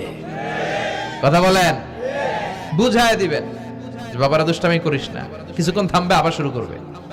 এটাই বাচ্চাদের সৌন্দর্য, এটা বাচ্চারা করলেই মানায়। বাচ্চাদেরকে যেন আমরা মসজিদে নিয়ে যাই। কিয়ামতের আগে ইয়াতাকারাবুজ জামান, সময়ের বরকত কমে যাবে। 1 বছর মনে হবে 1 মাস, 1 মাস মনে হবে 1 সপ্তাহ, 1 সপ্তাহকে মনে হবে 1 দিন। এই যে 4 বছর ধরে এখানে তাফসীর হয়, তাই না? কথা কন। গত বছর আসছিলেন কারা কারা? হাত তোলেন। আসছে তো, কম না, ভালোই আসছিল, হাত নামান। যে গত বছর ওয়াজ শুনে গেলেন, এই বছর আবার আসলেন, আপনাদের কি মনে হয় যে 1 বছর চলে গেছে? মনে হয় যে অল্প কয়েক মাসের ব্যবধানে এই বছরটা ঘুরে যেন আবার চলে আসলো, এরকম মনে হয় না? বরকত উঠায় নিচ্ছে কে? কথা বলেন। এরপর খাবারের স্বাদ উঠায় নিচ্ছে কে? আগে খাবারের যে স্বাদ ছিল এখন ওইটা আছে? আগে ইলিশ মাছ রান্না করলে যে ঘ্রাণ হতো, এখন এই ঘ্রাণ পাওয়া যায়? আগে শোল মাছের ঝোল রান্না করলে যে স্বাদ হতো, আগে চিংড়ি মাছ রান্না করলে যে স্বাদ লাগতো, এখন এই স্বাদ পাওয়া যায়? সব তুলে নিল কে? দেখেন বিশ্বনবী যা যা বললেন তার প্রমাণ সমাজে আছে না নাই? বিশ্বনবী বললেন তাসলিমুল খাসা, কিয়ামতের আগে লোকজন শুধু পরিচিতদেরকে সালাম দিবে, অপরিচিতদেরকে সালাম দিতে চাইবে না। এরকম আছে না নাই? এই মুরব্বী চাচারে চিনি, চাচা আসসালামু আলাইকুম, চিনি আসসালামু আলাইকুম, ওদিকে চিনি আসসালামু আলাইকুম। কিন্তু অন্য একটা এলাকায় গেছি, ওখানে কাউরে চিনি না, সালামও দেই না। বাসে উঠছেন, কাউরে চিনেন না, সালাম দেন না, এরকম আছে না নাই? তো সালাম কি যাদেরকে চিনেন এদের জন্য? কথা কন। আলা মান আরাফতা ওমান লাম তারিফ, যাকে চিনো সালাম দাও, যাকে চিনো না তাকেও দাও। আল বাদিউ বিস সালাম, বিশ্বনবী বললেন আগে আগে দাও। আল বাদিউ বিস সালাম বারিউম মিনাল কিবর, আগে আগে যে সালাম দেয় তার হৃদয় থেকে অহংকার মুক্ত করে দেয় কে? আল্লাহ। অহংকার মুক্ত হওয়ার দরকার আছে না নাই? যার হৃদয়ে যাররা পরিমাণ অহংকার থাকবে সে জান্নাতে প্রবেশ করতে পারবে? কথা বলেন। এজন্য আমরা আগে আগে সালাম দেব। ভুইগরের ভাইয়েরা ছোটরা বড়দেরকে দিব, বড়রা ছোটদেরকে দিব, হাজবেন্ড ওয়াইফকে দিব, ওয়াইফ হাজবেন্ডকে দিব। রাজি আছেন তো? আজকে যারা স্বামী যারা আসছেন, বাড়িতে যেই ভাবির আগে সালাম দিবেন। রাজি আছেন? কথা কয় না, আওয়াজ ছোট হয়ে গেছে, পারা যাবে? আপনি আগে সালাম দিবেন, এটা দেখে আপনার স্ত্রী লজ্জা পেয়ে আপনার আগে দিবে, এগুলো দেখে বাচ্চারা সালাম শিখে ফেলবে। সুবহানাল্লাহ কইবেন না? আমরা কি চাই না আমাদের ফ্যামিলিগুলো এরকম সুন্দর হোক? আমরা কি চাই না আমাদের ফ্যামিলিগুলো জান্নাতি হোক? এরপরে বিশ্বনবী বললেন খুতাবুকুম তাবিলা সালাওয়াতুকুম কাসীরা, কিয়ামতের আগে খুতবাগুলো লম্বা হবে আর সালাতগুলো খাটো হয়ে যাবে। এই যে বক্তব্য লম্বা, নামাজ হয়ে যায় খাটো, আছে না নাই? হুজুর ওয়াজ করেন, ওয়াজ টেস্ট লাগে, নামাজ টেস্ট লাগে না, আছে না নাই? এশার নামাজে পড়ে না, ফজর নামাজে পড়ে না, রাত 2টা পর্যন্ত ওয়াজ শুনে, আছে না নাই? এরকম করা যাবে না। নামাজ কামাই করা যাবে না। সবার আগে হবে নামাজের হিসাব। নামাজের হিসাব ঠিক তো আপনার পুরো আমলনামা ঠিক। নামাজে ভেজাল তো সব জায়গায় ভেজাল। প্রথম হিসাব নেওয়া হবে এই সালাতের, খবরদার। এরপরে বিশ্বনবী বললেন লা ইউকসামুল মিরাস আলা ওয়াজহিন সাহিহ। বিশ্বনবীর হাদিস থেকে এরকম বর্ণনা পাওয়া যায়, এর মাফহুম হচ্ছে লা ইউকসামুল মিরাস আলা ওয়াজহিন সাহিহ, সহিহ পদ্ধতিতে মিরাজ বণ্টিত হবে না।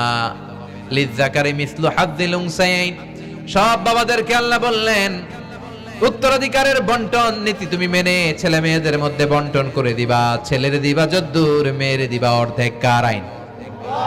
কথা বলেন, আইনটা কার? ছেলেরে যদি 2 লাখ দেন, মেয়েরে চিল্লায় বলেন, ছেলে 2 লাখ পেলে মেয়ে কয় লাখ? ছেলে 4টা বাড়ি পেলে মেয়ে কয়টা বাড়ি? অনেক বাবা আছে মেয়েরা কয় মা তোর বাইরে সব দিয়ে দিলাম, তোর লেগে দোয়া করে দিলাম। হাত তুলছে এমনি। মেয়ের লেগে কি করে দেয়? আর ভাইয়েরে সব দিয়ে দেয়। এগুলো ডাকাত। এগুলো কি ভুই ঘরে মাশাআল্লাহ এরকম ডাকাত টাকাত নাই। দোয়া তো আপনি সবাইরই করবেন। ছেলে যেটা প্রাপ্য দিয়ে দেন, মেয়ে যেটা প্রাপ্য দিয়ে দেন, তারপরে হাত তুলে দোয়াও করে দেন। কথা বলেন। অনেক মা আছে ছেলেরে বেশি খাওয়ায়, মেয়েরে কম খাওয়ায়, আছে না নাই? ছেলের পাতে মুরগির রান, মায়ের পাতে মুরগির ঠ্যাং, আছে না নাই? দেখবেন ওই মা বাবার হয়তো অনেক সময় শেষ কালটা ছেলের বাড়িতে কাটে না, কাটে মেয়ের বাড়িতে, আছে না নাই? কারণ প্রকৃতিরও একটা মায়ের আছে না নাই? শেষ মাইরটা আল্লাহ দিবে। শেষ মাইরটা কার? আল্লাহ ছাড় দেয়, ছেড়ে দেয় না। আল্লাহ কি দেয়? কি দেয় না? আল্লাহর সব মনে থাকে। আল্লাহ শেষ খেলাটা খেলে দিবে। চিল্লায় বলেন ঠিক কিনা? বাবা মা যারা আছেন সাবধান, উল্টাপাল্টা করেন না। এগুলো নিয়ে কত বিচার যে আমাদের কাছে আসে, কত মাসালা যে আসে। কেন করেন এগুলো?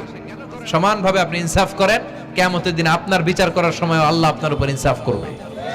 আপনি ঠকাবেন, আল্লাহ আপনার 14 গোষ্ঠী উদ্ধার করে ছাড়বে। তিনি ভুলে যান না, তিনি ছাড় দেন, ছেড়ে দেন না। এজন্য মিরাসের যে বন্টন পদ্ধতি, আমরা যেন ইসলামের দেয়া পদ্ধতি অনুসরণ করি। আল্লাহ তৌফিক দাও। কিয়ামতের আগে ভূমিকম্প বেড়ে যাবে, আছে না নাই? কিয়ামতের আগে আত্মহত্যা বেড়ে যাবে, আছে না নাই? কিয়ামতের আগে ঢোল বাদ্য নাচানাচি বেড়ে যাবে, আছে না নাই? বাংলা মায়ের একতারা সুর কতই ভালোবাসি, দোতারা সুর কতই ভালোবাসি, বাজারে ঢোল বাজারে বাসি। বিশ্বনবী বললেন বুইস্তু আন উকাসসিরাল মাযামির, আমি ঢোল বাদ্য তবলা হারমোনিয়াম এগুলোরে ভেঙে মাটির সাথে গুড়িয়ে দেওয়ার জন্য এসেছি। আর ওই নবীর উম্মত কয় বাজারে ঢোল বাজারে বাসি, আছে না নাই? ঢোল বাদ্য বাজানো যাবে? এই হাই বিটের মিউজিক আপনি শুনলে আপনার অন্তরে নেফাকি তৈরি হবে। নামাজে মজা পায় না, হুজুর নামাজে মজা পায় না। তুমি আজীবন শোনো কুচ কুচ হোতা হ্যায়, তো তুমি নামাজে মজা পাইবা কেমনে? আজীবন শুনে কি কুচ কুচ হোতা হ্যায়। এখন নামাজে মজা পায় না, জিকির করে মজা পায় না, তেলাওয়াতে মজা পায় না, মজা নাই, মনোযোগ নাই। হৃদয়টাকে যে তুমি শয়তানের আখড়া বানিয়েছো, তুমি সালাতে প্রশান্তি পাবে কি করে? এজন্য এই মিউজিক্যাল ইনস্ট্রুমেন্ট থেকে দূরে থাকতে হবে। এগুলো অন্তরে নেফাকি তৈরি করে। আপনি দফ বাজাতে পারবেন? দফ চিনেন?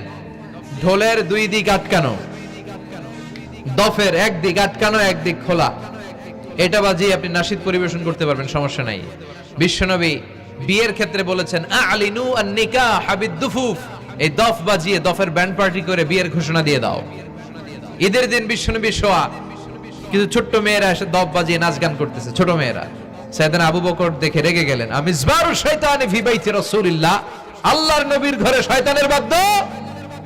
বিশ্বনবী বললেন দাহু ইয়া আবু বকর, আবু বকর রাখো, ইন্না লিকুল্লি কওমিন ঈদ, সব জাতিরই তো একটা ঈদের অনুষ্ঠান আছে। হাদা ঈদুনা, আজকের দিনটা আমাদের ঈদের দিন, বাচ্চাদেরকে একটু আনন্দ উৎসব করতে দাও।